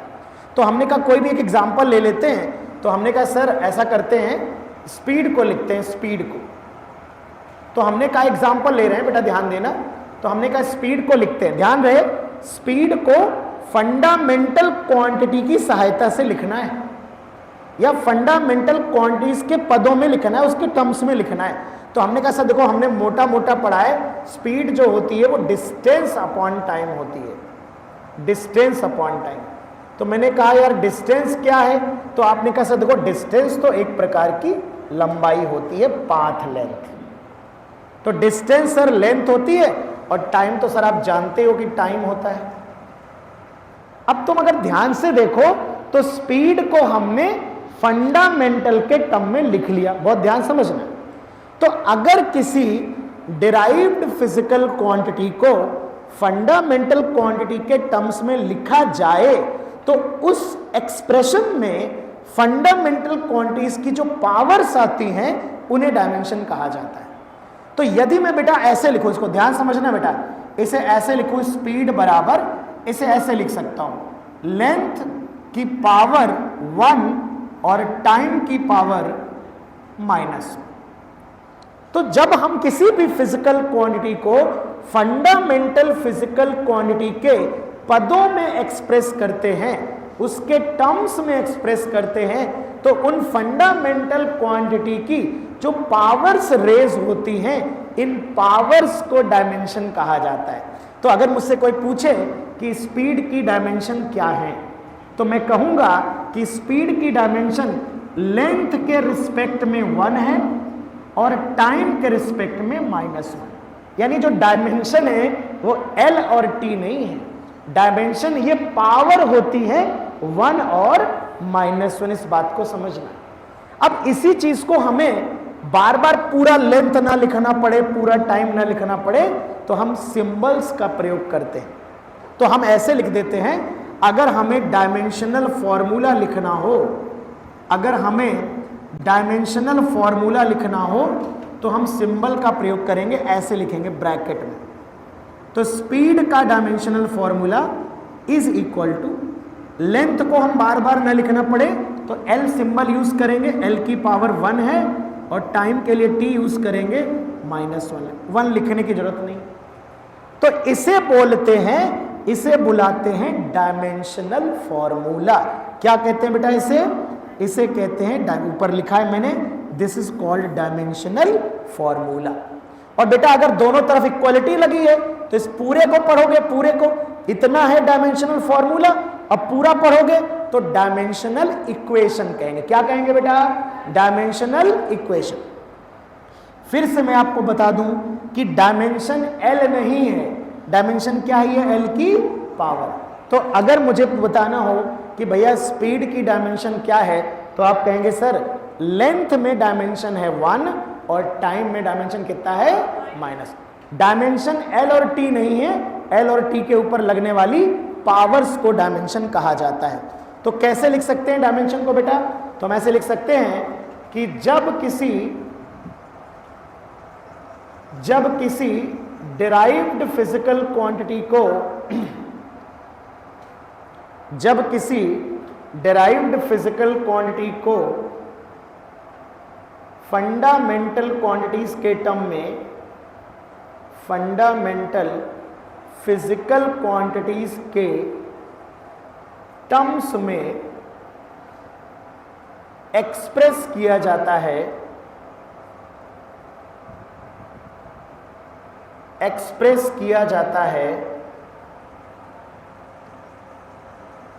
तो उस एक्सप्रेशन में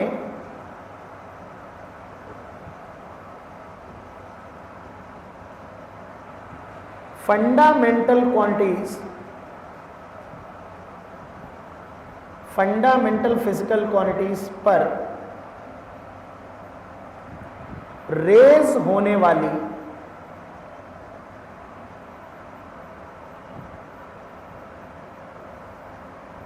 पावर्स को डायमेंशंस कहा जाता है।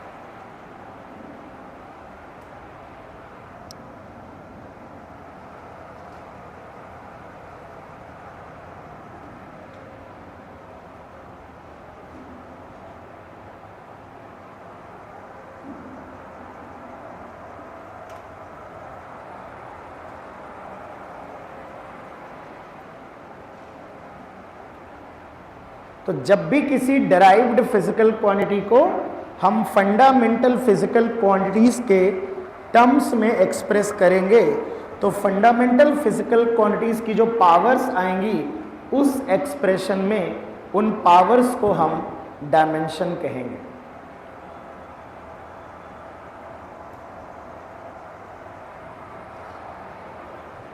जैसे अगर मुझे एक दो और एक्सप्रेस करने हो, ये लिख लिया आपने। जैसे मुझे मान लो डेंसिटी को एक्सप्रेस करना है, एक दो और निकालते हैं। डेंसिटी, डेंसिटी क्या है? तो डेंसिटी होती है हमारी mass upon volume, mass upon volume. अच्छा, वॉल्यूम को क्या लिख सकते हैं? वॉल्यूम को मास, वॉल्यूम को लिख सकते हैं लेंथ का क्यूब, लंबाई इंटू चौड़ाई इंटू ऊंचाई, length into breadth into height. अच्छा, लंबाई ले लो चाहे चौड़ाई ले लो, चाहे है तो चौड़ाई भी एक प्रकार की लंबाई, नाम कह देते हैं चौड़ाई। हाइट भी तो लेंथ ही एक प्रकार की ना, उसका यूनिट भी तो मीटर ही होगा ना बेटा। तो वॉल्यूम को लिख सकते हैं लेंथ का क्यूब। जैसे क्यूब में अगर देखो तो लेंथ सब सेम होते हैं, है ना, तो लेंथ का होल क्यूब। क्यों मैं लेंथ में लिख रहा हूं? ध्यान देना, डिराइव्ड फिजिकल क्वांटिटी को फंडामेंटल में लिखना है। यहां मास फंडामेंटल है, वॉल्यूम फंडामेंटल नहीं है, तो यहां से डायमेंशन नहीं बोल सकते। फंडामेंटल में लिखना बेटा। किस में लिखना? फंडामेंटल में। मास फंडामेंटल है, लेंथ फंडामेंटल है, टाइम फंडामेंटल है, करंट फंडामेंटल है, टेम्परेचर फंडामेंटल है, मोल फंडामेंटल है, कैंडेला ल्यूमिनेस इंटेंसिटी फंडामेंटल है। वॉल्यूम और एरिया थोड़े ना फंडामेंटल है। तो जब तक आप फंडामेंटल में नहीं ले आओगे डायमेंशन मत बोलने लगना। अब इसको आइए लिख लेते हैं। तो डेंसिटी को लिख लिया फंडामेंटल में। क्या आया भैया? मास की पावर आ गई 1 और लेंथ की पावर आ गई -3। तो भैया अगर मुझे इसका डायमेंशनल फॉर्मूला लिखना है और सिंबल का प्रयोग करना है तो बताओ कैसे लिखेंगे? मास के लिए लिखेंगे m, लेंथ के लिए लिखेंगे l और पावर है -3, मास की पावर 1 लिखो चाहे ना लिखो एक ही बात है। मुझे यह बता दो डायमेंशन क्या है, m और l है कि 1 और -3?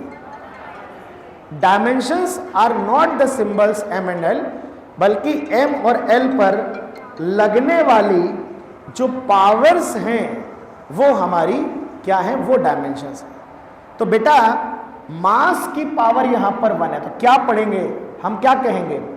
डायमेंशन ऐसे पढ़ेंगे, डायमेंशन इन मास या विद रिस्पेक्ट टू मास। कितनी डायमेंशन है बेटा? 1। अगर हमसे कोई कहे डायमेंशन इन लेंथ में कितनी डायमेंशन है? लेंथ में है -3। तो मास में डायमेंशन 1 है, लेंथ में डायमेंशन -3। बात समझ में आ रही है?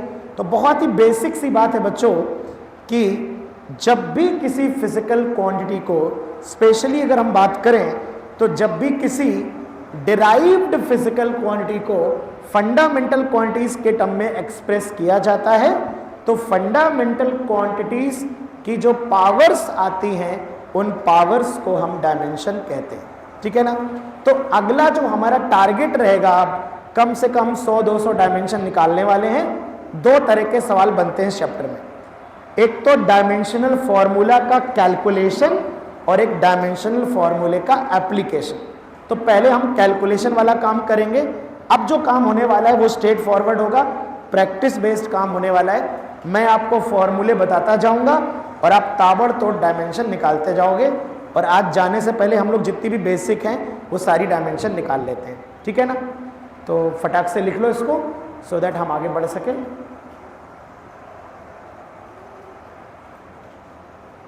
बालक कुशवाहा जी होंगे बाहर, जरा बुलाना। कुशवाहा जी,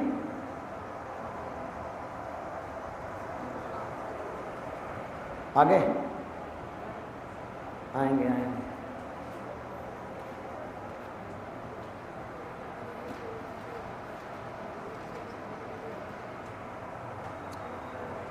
चलिए, तो बच्चों कैलकुलेटिंग डायमेंशनल फॉर्मूला, अब आप कलम को उठा लीजिए, आपका रोल ज्यादा है यहां पर, क्योंकि मैं चाहूंगा हर एक डायमेंशन पहले आप निकालने की कोशिश करेंगे, फिर मैं बताऊंगा जब आपसे नहीं होगा, है ना। कैलकुलेटिंग डायमेंशनल फॉर्मूला,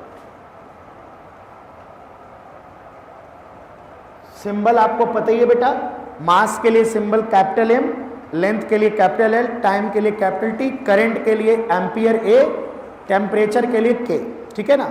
जैसे जैसे यूज करेंगे वैसे वैसे आएंगे। चलो भैया, एरिया से शुरू करते हैं। एरिया, एरिया का फॉर्मूला क्या लिख सकते हैं, लंबाई इंटू चौड़ाई।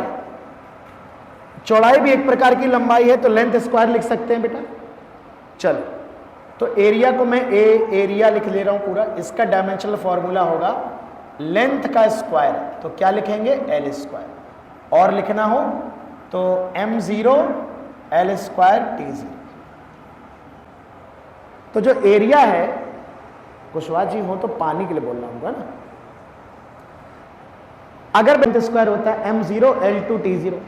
अच्छा, जिस पे डिपेंड नहीं कर रहा है उसकी डायमेंशन क्या होगी, तो यहां पर तुम m0 l2 t0 a0 k0 मोल 0 जितना चाहो लिख सकते हो। ध्यान से सुनना, अगर कोई फिजिकल क्वांटिटी किसी फंडामेंटल क्वांटिटी पर डिपेंड नहीं करती है तो उस फंडामेंटल क्वांटिटी की पावर क्या होगी, 0, उसकी डायमेंशन क्या होगी, 0।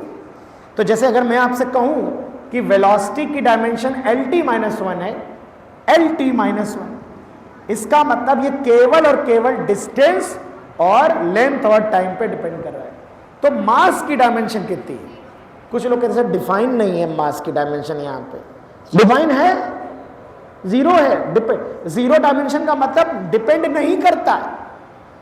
आप इस बात को समझिए कि अगर कोई तुमसे कहे कि एक फिजिकल क्वांटिटी है जिसकी डायमेंशन करंट में 0 है, टेम्परेचर में 0 है, तो इसका क्या मतलब हुआ, तो इसका मतलब हुआ ये फिजिकल क्वांटिटी करंट और टेम्परेचर पे डिपेंड, समझ रहे हैं बेटा। तो आप चाहें तो इस बात को लिख सकते हैं, एक नोट चिपका दीजिए आप यहां, अगर किसी फंडामेंटल फिजिकल क्वांटिटी की डायमेंशन 0 है, तो इसका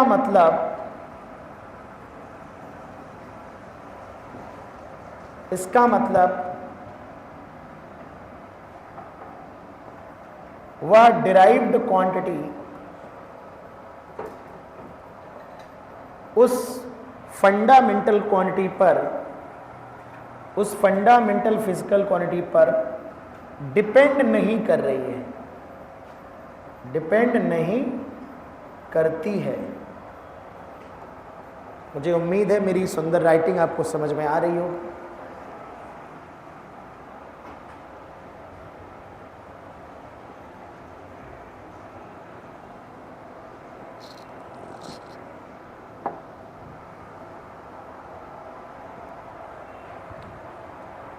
किसी भी डिराइव्ड फिजिकल क्वांटिटी में अगर फंडामेंटल की डायमेंशन 0 है, इसका मतलब वो उस पर डिपेंड नहीं करती है, ठीक है। चलो दूसरा लिखते हैं वॉल्यूम। कुछ तो आप देख के आंसर बता सकते हो, मुझे कोई आपत्ति नहीं है। वॉल्यूम को लिख सकते हैं लंबाई इंटू चौड़ाई इंटू ऊंचाई, तो लंबाई का होल क्यूब भी लिखा जा सकता है। तो क्या मेरे बच्चों बता पाओगे कि क्या डायमेंशनल फॉर्मूला होगा? भैया ब्रैकेट में लिखते हैं हमेशा, है ना, आदत डालना। क्या लिखेंगे बताओ, l की पावर 3, l क्यूब हो जाएगा ना, लेंथ का पावर 3।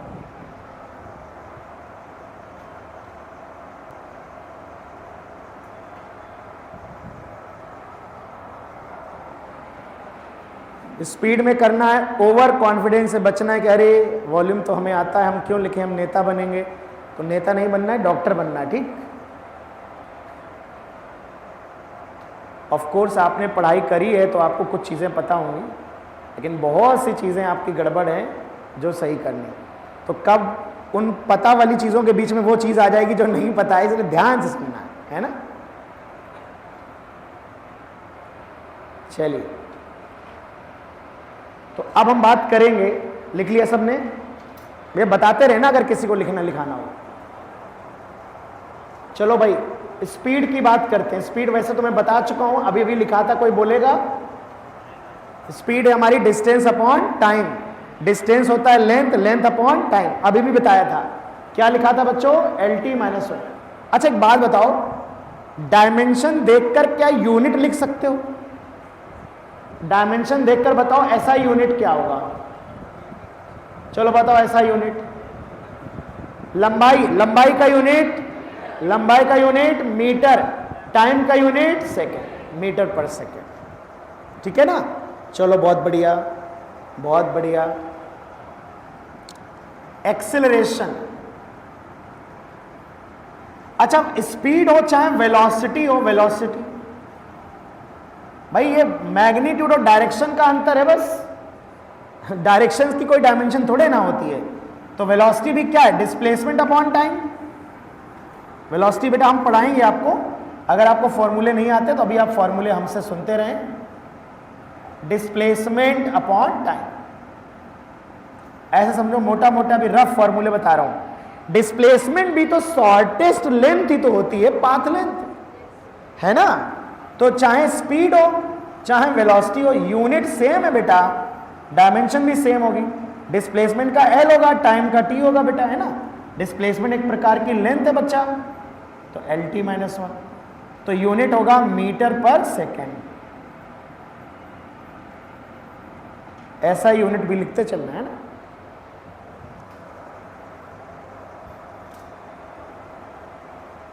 इसके बाद आता है बेटा एक्सेलरेशन,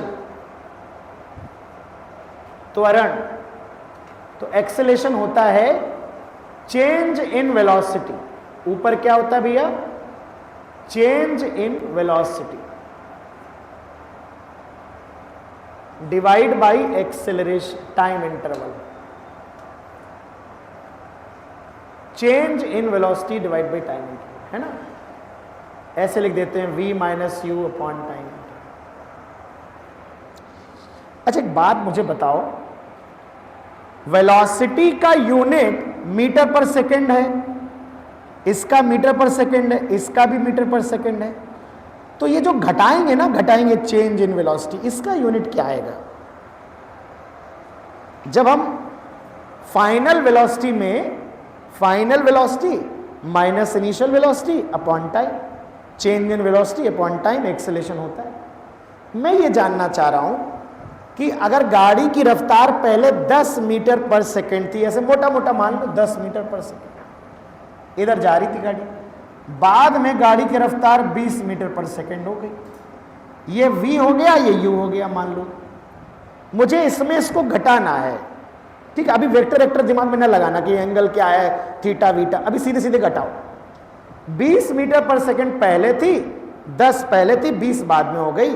तो मुझे ये बताओ 20 मीटर पर सेकेंड फाइनल, 10 मीटर पर सेकेंड इनिशियल, इसका आंसर कितना लिखें? 10 मीटर पर। ऐसा तो नहीं मीटर पर सेकेंड से मीटर पर सेकेंड कट जाएगा। मैं बहुत सरल बात करना चाह रहा हूं बच्चों, सरल, बिल्कुल सरलता पूर्वक, कि जब आप घटाते हो ना तो यूनिट थोड़े ना बदल जाता है। अगर आप 50 कैलोरी एनर्जी में से 40 कैलोरी एनर्जी माइनस कर दो तो 10 कैलोरी ही तो बचेगा, कि 10 बचेगा, कैलोरी गायब हो जाएगा। ऐसा तो है नहीं कि 10 किलोग्राम आ जाएगा, 10 जूल आ जाएगा। यानी जब दो सेम तरह की फिजिकल क्वांटिटी को घटाया जाता है या जोड़ा जाता है तो जो रिजल्ट आता है वो भी तो सेम यूनिट आएगी। जूल से जूल घटाओगे जूल ही तो आएगा, न्यूटन से न्यूटन घटाओगे न्यूटन ही आएगा, 50 न्यूटन में 10 न्यूटन जोड़ोगे 60 न्यूटन ही तो आएगा। ऐसा तो है नहीं कि न्यूटन गायब होकर जूल आ जाएगा, जूल की जगह न्यूटन आ जाएगा। कहना मैं ये चाह रहा हूं कि फिजिक्स में जब दो फिजिकल आगे तो हम पढ़ेंगे कि किन्हें जोड़ सकते हैं, पहले तो हम यही समझेंगे। अभी आप उस विषय में मत जाइए, अभी वो अगली क्लास का टॉपिक है होमोजेनिटी। अभी आप ये समझिए कि अगर आपने दो चीजों को जोड़ दिया, स्पीड से स्पीड को जोड़ दिया, 10 मीटर पर सेकेंड में 20 मीटर पर सेकेंड जोड़ दिया तो 30 मीटर पर सेकेंड ही तो रहेगा, मीटर पर सेकेंड स्क्वायर तो हो नहीं जाएगा। तो सिंपल स्टेटमेंट ये है बच्चों कि सेम तरह की फिजिकल क्वांटिटी को जोड़ा जाए या घटाया जाए, चेंज क्यों ना लिया जाए, तो उनका यूनिट वही रहता है जो उस मेन फिजिकल क्वांटिटी का होता है। इसी तरह से बच्चों मैं ये कहना चाह रहा हूं, जो यूनिट वेलोसिटी का होगा वही यूनिट चेंज इन वेलोसिटी का भी होगा। जो डायमेंशन वेलोसिटी की होगी वही डायमेंशन चेंज इन वेलोसिटी की भी होगी। कोई परेशानी वाली बात नहीं है, इसमें आपको कोई परेशानी, कोई आपत्ति नहीं होनी चाहिए। तो अगर मुझे इसमें डायमेंशनल फॉर्मूला निकालना है, बेटा ध्यान देना, तो मुझे अगर एक्सेलरेशन का डायमेंशनल फॉर्मूला निकालना है, अब होता क्या है, इस चीज को समझाना ना पड़े तो लोग रफली लिख देते हैं वेलोसिटी अपॉन टाइम एक्सेलरेशन, खत्म, झंझट ही खत्म। अरे अब आपको पता है, आप समझदार लोग हो, वेलोसिटी अपॉन टाइम थोड़े ना होता है, change in velocity upon time होता है। तो सही चीज लिखेंगे और बेहतर ढंग से चीजें समझेंगे। चेंज इन वेलोसिटी का डायमेंशन यानी कि v माइनस यू का डायमेंशन वही होता है जो v का होता है, तो इसका डायमेंशन वही होगा LT माइनस 1 अपॉन टाइम, तो क्या आ जाएगा LT माइनस 2। बताओ जरा यूनिट क्या होगा इसका। हेलो हेलो,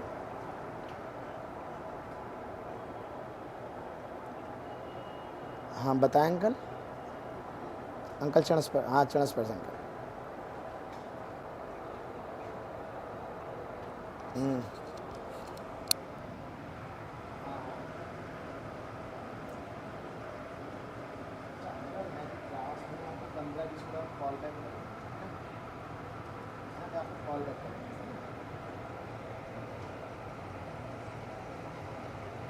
हाँ आज थोड़ा लेट हो गई है, हम आपको 9:30 में फोन करते हैं।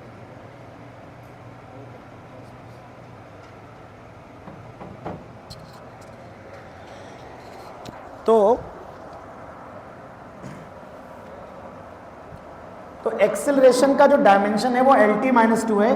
बताओ जरा देख के बताओ, ऐसा यूनिट क्या लिखेंगे।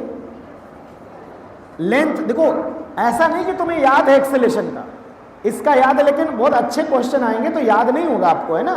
तो लेंथ का यूनिट क्या है, मीटर, और टाइम का यूनिट क्या है, सेकेंड। तो आपको डायमेंशन देखकर याद आना चाहिए कि क्या लिख सकते हैं, ठीक है ना। अच्छा मुझे एक बात बताओ, अगर मैं ऐसे लिख रहा हूं ml2t माइनस 1, m मास है, तो क्या इसका यूनिट बता सकते हो देख के, क्या लिखोगे। m है मास, मास बताओ, मास का यूनिट kg, तो इसके लिए लिखोगे kg। लेंथ मीटर स्क्वायर और सेकेंड की पावर माइनस। कोई भी डायमेंशन अगर आपने देखी है, अगर मुझे सीजीएस लिखना हो, सीजीएस यूनिट क्या लिखोगे, ग्राम सेंटीमीटर स्क्वायर। बात समझ में आ रही ना। तो किसी भी डायमेंशन को देखकर हमें यूनिट लिखना आना चाहिए। चलिए फोर्स के बारे में बताइए, फोर्स की डायमेंशन बताइए। फोर्स होता है मास इनटू एक्सेलरेशन। फटाफट बताओ, फटाफट क्या डायमेंशन आएगा। वर्क, वर्क, वर्क होता है फोर्स इनटू डिस्प्लेसमेंट। अभी मैं रफ एग्जैक्ट नहीं लिखूंगा कि एफ डी कॉस थीटा होता है, एफ इंटू डी लिखूंगा भी, ठीक है ना।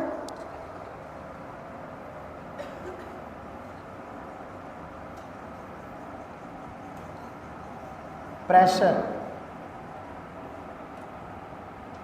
प्रेशर होता है फोर्स पर यूनिट एरिया। निकालो बेटा, निकालो, कोशिश करो निकालने की।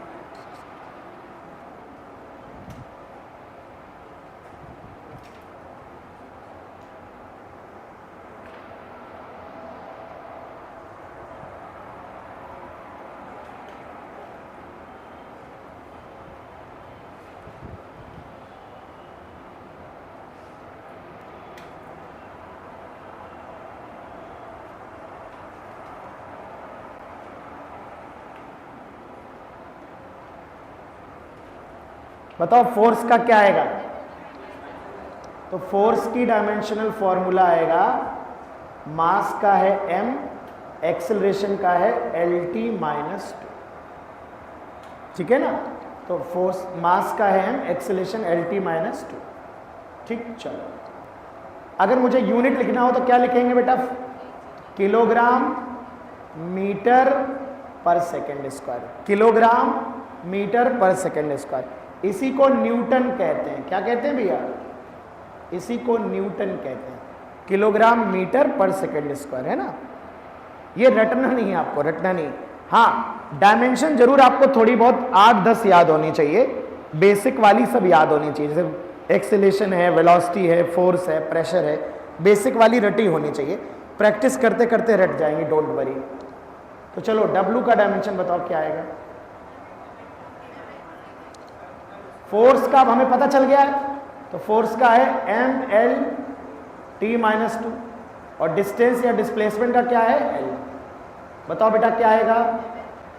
mL2T-2 क्या हो जाएगा? mL2T-2। तो mL2T-2 हो जाएगा। और अगर मैं इसका यूनिट लिखना चाहूं तो किलोग्राम, क्या लिखेंगे बेटा बताओ? किलोग्राम मीटर स्क्वायर पर सेकेंड स्क्वायर। इसी को बेटा हम कहते हैं जूल। वर्क का ऐसा यूनिट क्या है बेटा? जूल। इसी को बेटा हम जूल कहते हैं। किलोग्राम मीटर स्क्वायर पर सेकेंड स्क्वायर, ये आपका क्या है बेटा? देखो, डायमेंशन देखकर यूनिट लिखना आना चाहिए और यूनिट देखकर डायमेंशन लिखना भी आना चाहिए। कई बार ऐसी जरूरत पड़ेगी, यूनिट देख के डायमेंशन का अंदाजा लगाना होगा और डायमेंशन देखकर यूनिट। और बाकी एनर्जी का यूनिट, वर्क एक प्रकार की एनर्जी होती है, तो हम देखेंगे दोनों का सेम डायमेंशन आएगा। तो जूल इसी को कहते हैं। तो 1 जूल का मतलब है 1 किलोग्राम मीटर स्क्वायर पर सेकेंड स्क्वायर। ठीक बेटा। प्रेशर बताओ, प्रेशर क्या आएगा? प्रेशर बताओ। तो प्रेशर को मैं P से लिख देता हूं। चलो पूरा प्रेशर लिख लेता हूं। इसका डायमेंशनल फॉर्मूला होगा, ऊपर लिखेंगे फोर्स, फोर्स का क्या है? mLT-2। नीचे लिखेंगे एरिया, एरिया है L। ठीक है, चलो डिवाइड करो, बताओ क्या आएगा आंसर? बेटा mL-1T-2। चलो ऐसा यूनिट बताओ, मास का किलोग्राम, लेंथ का मीटर, टाइम का सेकेंड, पावर -2। बात समझ में आ रही है? इस तरह से इतना लिखें। ठीक है, ओके। इसी को बेटा, इसी को कहते हैं, प्रेशर का यूनिट बताओ, ऐसा यूनिट पास्कल कहते हैं। इसी को पास्कल कहते हैं। तो 1 पास्कल पूछता है कई बार, व्हाट इज 1 पास्कल? ऐसे लिख देगा 1 किलोग्राम मीटर पर इनवर्स सेकेंड की पावर -2। अगर कोई लिखने को कहे कि 1 पास्कल कितना है और ऐसे लिखाओ 10 किलोग्राम मीटर पर 20 किलोग्राम मीटर 1 ग्राम मीटर पर सेकेंड, ऐसे लिख देगा ना, तो पता होना चाहिए कि डायमेंशन लिख लोगे, डायमेंशन देखकर ऐसा ही यूनिट लिखोगे। और पास्कल हमारा ऐसा ही यूनिट होता है, तो it is 1 kg metre inverse second की पावर -2। तो 1 पास्कल, जो पास्कल ऐसा ही यूनिट होता है, उसकी वैल्यू एक्चुअली 1 किलोग्राम, इसका ऐसा यूनिट मीटर, और ये 1 पास्कल के बराबर है। इसी को पास्कल कहते हैं, आप ऐसे कह सकते हो। अब बार बार इतना लिखते नहीं, हमारी आदत नहीं है, तो हम प्रेशर को, इसी को न्यूटन पर मीटर स्क्वायर भी कहते हैं। इसी को बेटा न्यूटन पर मीटर स्क्वायर भी कहते हैं। न्यूटन पर मीटर स्क्वायर इसी को बोलते हैं। अब इसी में पता है क्या है?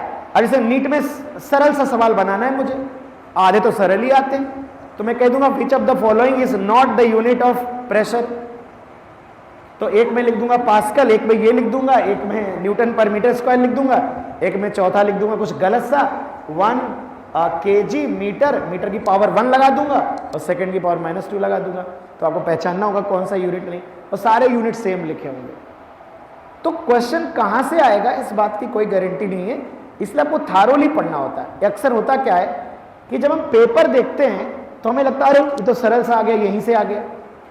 पेपर देने से पहले आप सोचिए ना कि आपको पता थोड़ी ना होता कहां से आएगा। इसलिए आपको डिटेल में सारी चीजें पढ़नी है, क्योंकि हर साल कहीं ना कहीं से सरल ही आएगा, पर जो पिछली साल आया था वो जरूरी नहीं कि अगली साल आएगा, थोड़ा सा बदलाव तो होता रहता है। ठीक है ना, अच्छा, अगर हम काइनेटिक एनर्जी की बात करें, काइनेटिक एनर्जी, वैसे तो आप सभी लोग जानते हैं कि जो वर्क होता है वो एनर्जी का ही एक फॉर्म है। अब थोड़ी बहुत समझदारी है सबके पास। तो ब्रह्मांड में जितनी भी एनर्जी है और वर्क है, सभी का यूनिट, अगर एसआई यूनिट की बात करें तो क्या है, जूल ही सभी का यूनिट है, जूल। तो सभी का एसआई यूनिट जो है वो जूल है, तो काइनेटिक एनर्जी का भी जूल होगा।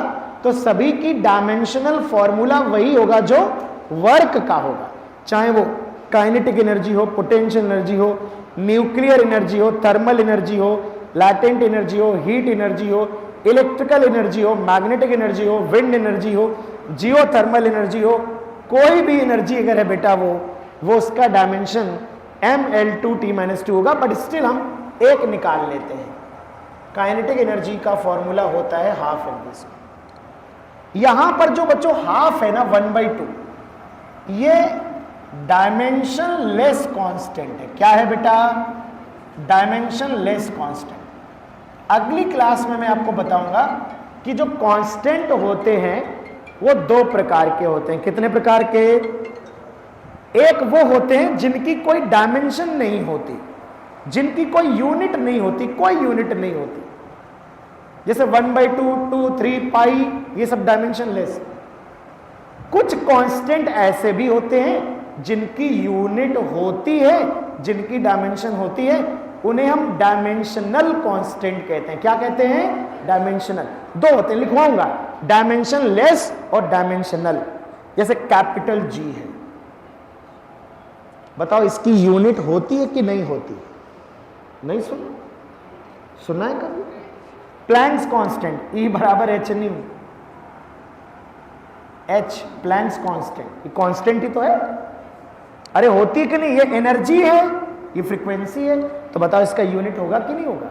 अरे इसका भी होता है, न्यूटन मीटर स्क्वायर पर किलोग्राम स्क्वायर, आगे बताएंगे।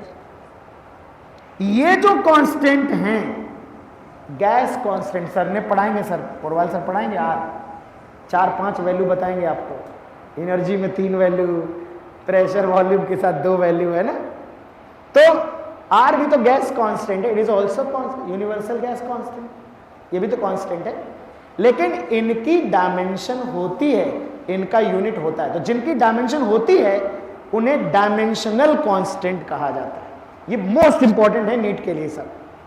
और जिनकी डायमेंशन नहीं होती है उन्हें डायमेंशन लेस कांस्टेंट कहा जाता है। तो ये जो 1/2 है, इसकी कोई डायमेंशन नहीं। तो बेटा अगर मुझे काइनेटिक एनर्जी की डायमेंशन निकालनी हो तो 1/2 को छोड़ देंगे, मास की डायमेंशन m लिखेंगे, और वेलोसिटी हमने पढ़ रखा है Lt-1, तो m l। पावर के ऊपर बच्चों अगर पावर लगी हुई है तो पावर आपस में क्या होती है, मल्टीप्लाई। पावर के ऊपर अगर पावर लगी है तो पावर, तो -1 और 2 को मल्टीप्लाई करेंगे तो t की पावर माइनस। तो तुम देख सकते हो ये वही आ गया, अगर यूनिट लिखना हो kg मीटर स्क्वायर पर सेकंड स्क्वायर, यही हमारा है, इसी को हम जूल कहते हैं, जूल। तो जितनी भी बेटा, अब जैसे मान लो आपसे क्वेश्चन ऐसा पूछेगा, कहेगा न्यूक्लियर एनर्जी की डायमेंशन बताओ, अब तुम परेशान, बोले न्यूक्लियर एनर्जी का डायमेंशन सर कैसे बताएं यार, फॉर्मूला तो याद ही नहीं है। न्यूक्लियर, हालांकि आपको अगर आइंस्टीन का एनर्जी मास रिलेशन याद है, =mc², तो काम हो जाएगा आपका, m हो जाएगा मास और c स्पीड। लेकिन अगर आपको याद नहीं तो आपको ये बकवास करने की जरूरत ही नहीं।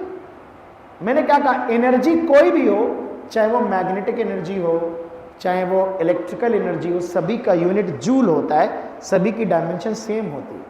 तो अगर कोई कहता है हीट एनर्जी तो सेम mL2T-2, अगर कोई कहता है न्यूक्लियर एनर्जी mL2T-2, अगर कोई कहता है मैग्नेटिक एनर्जी mL2T-2, अगर कोई कहता है thermal energy mL2T-2, wind energy mL2T-2, कोई भी एनर्जी हो सकती है आपकी, चाहे वो ग्रेविटेशनल पोटेंशियल एनर्जी हो, पोटेंशियल एनर्जी mL2T-2।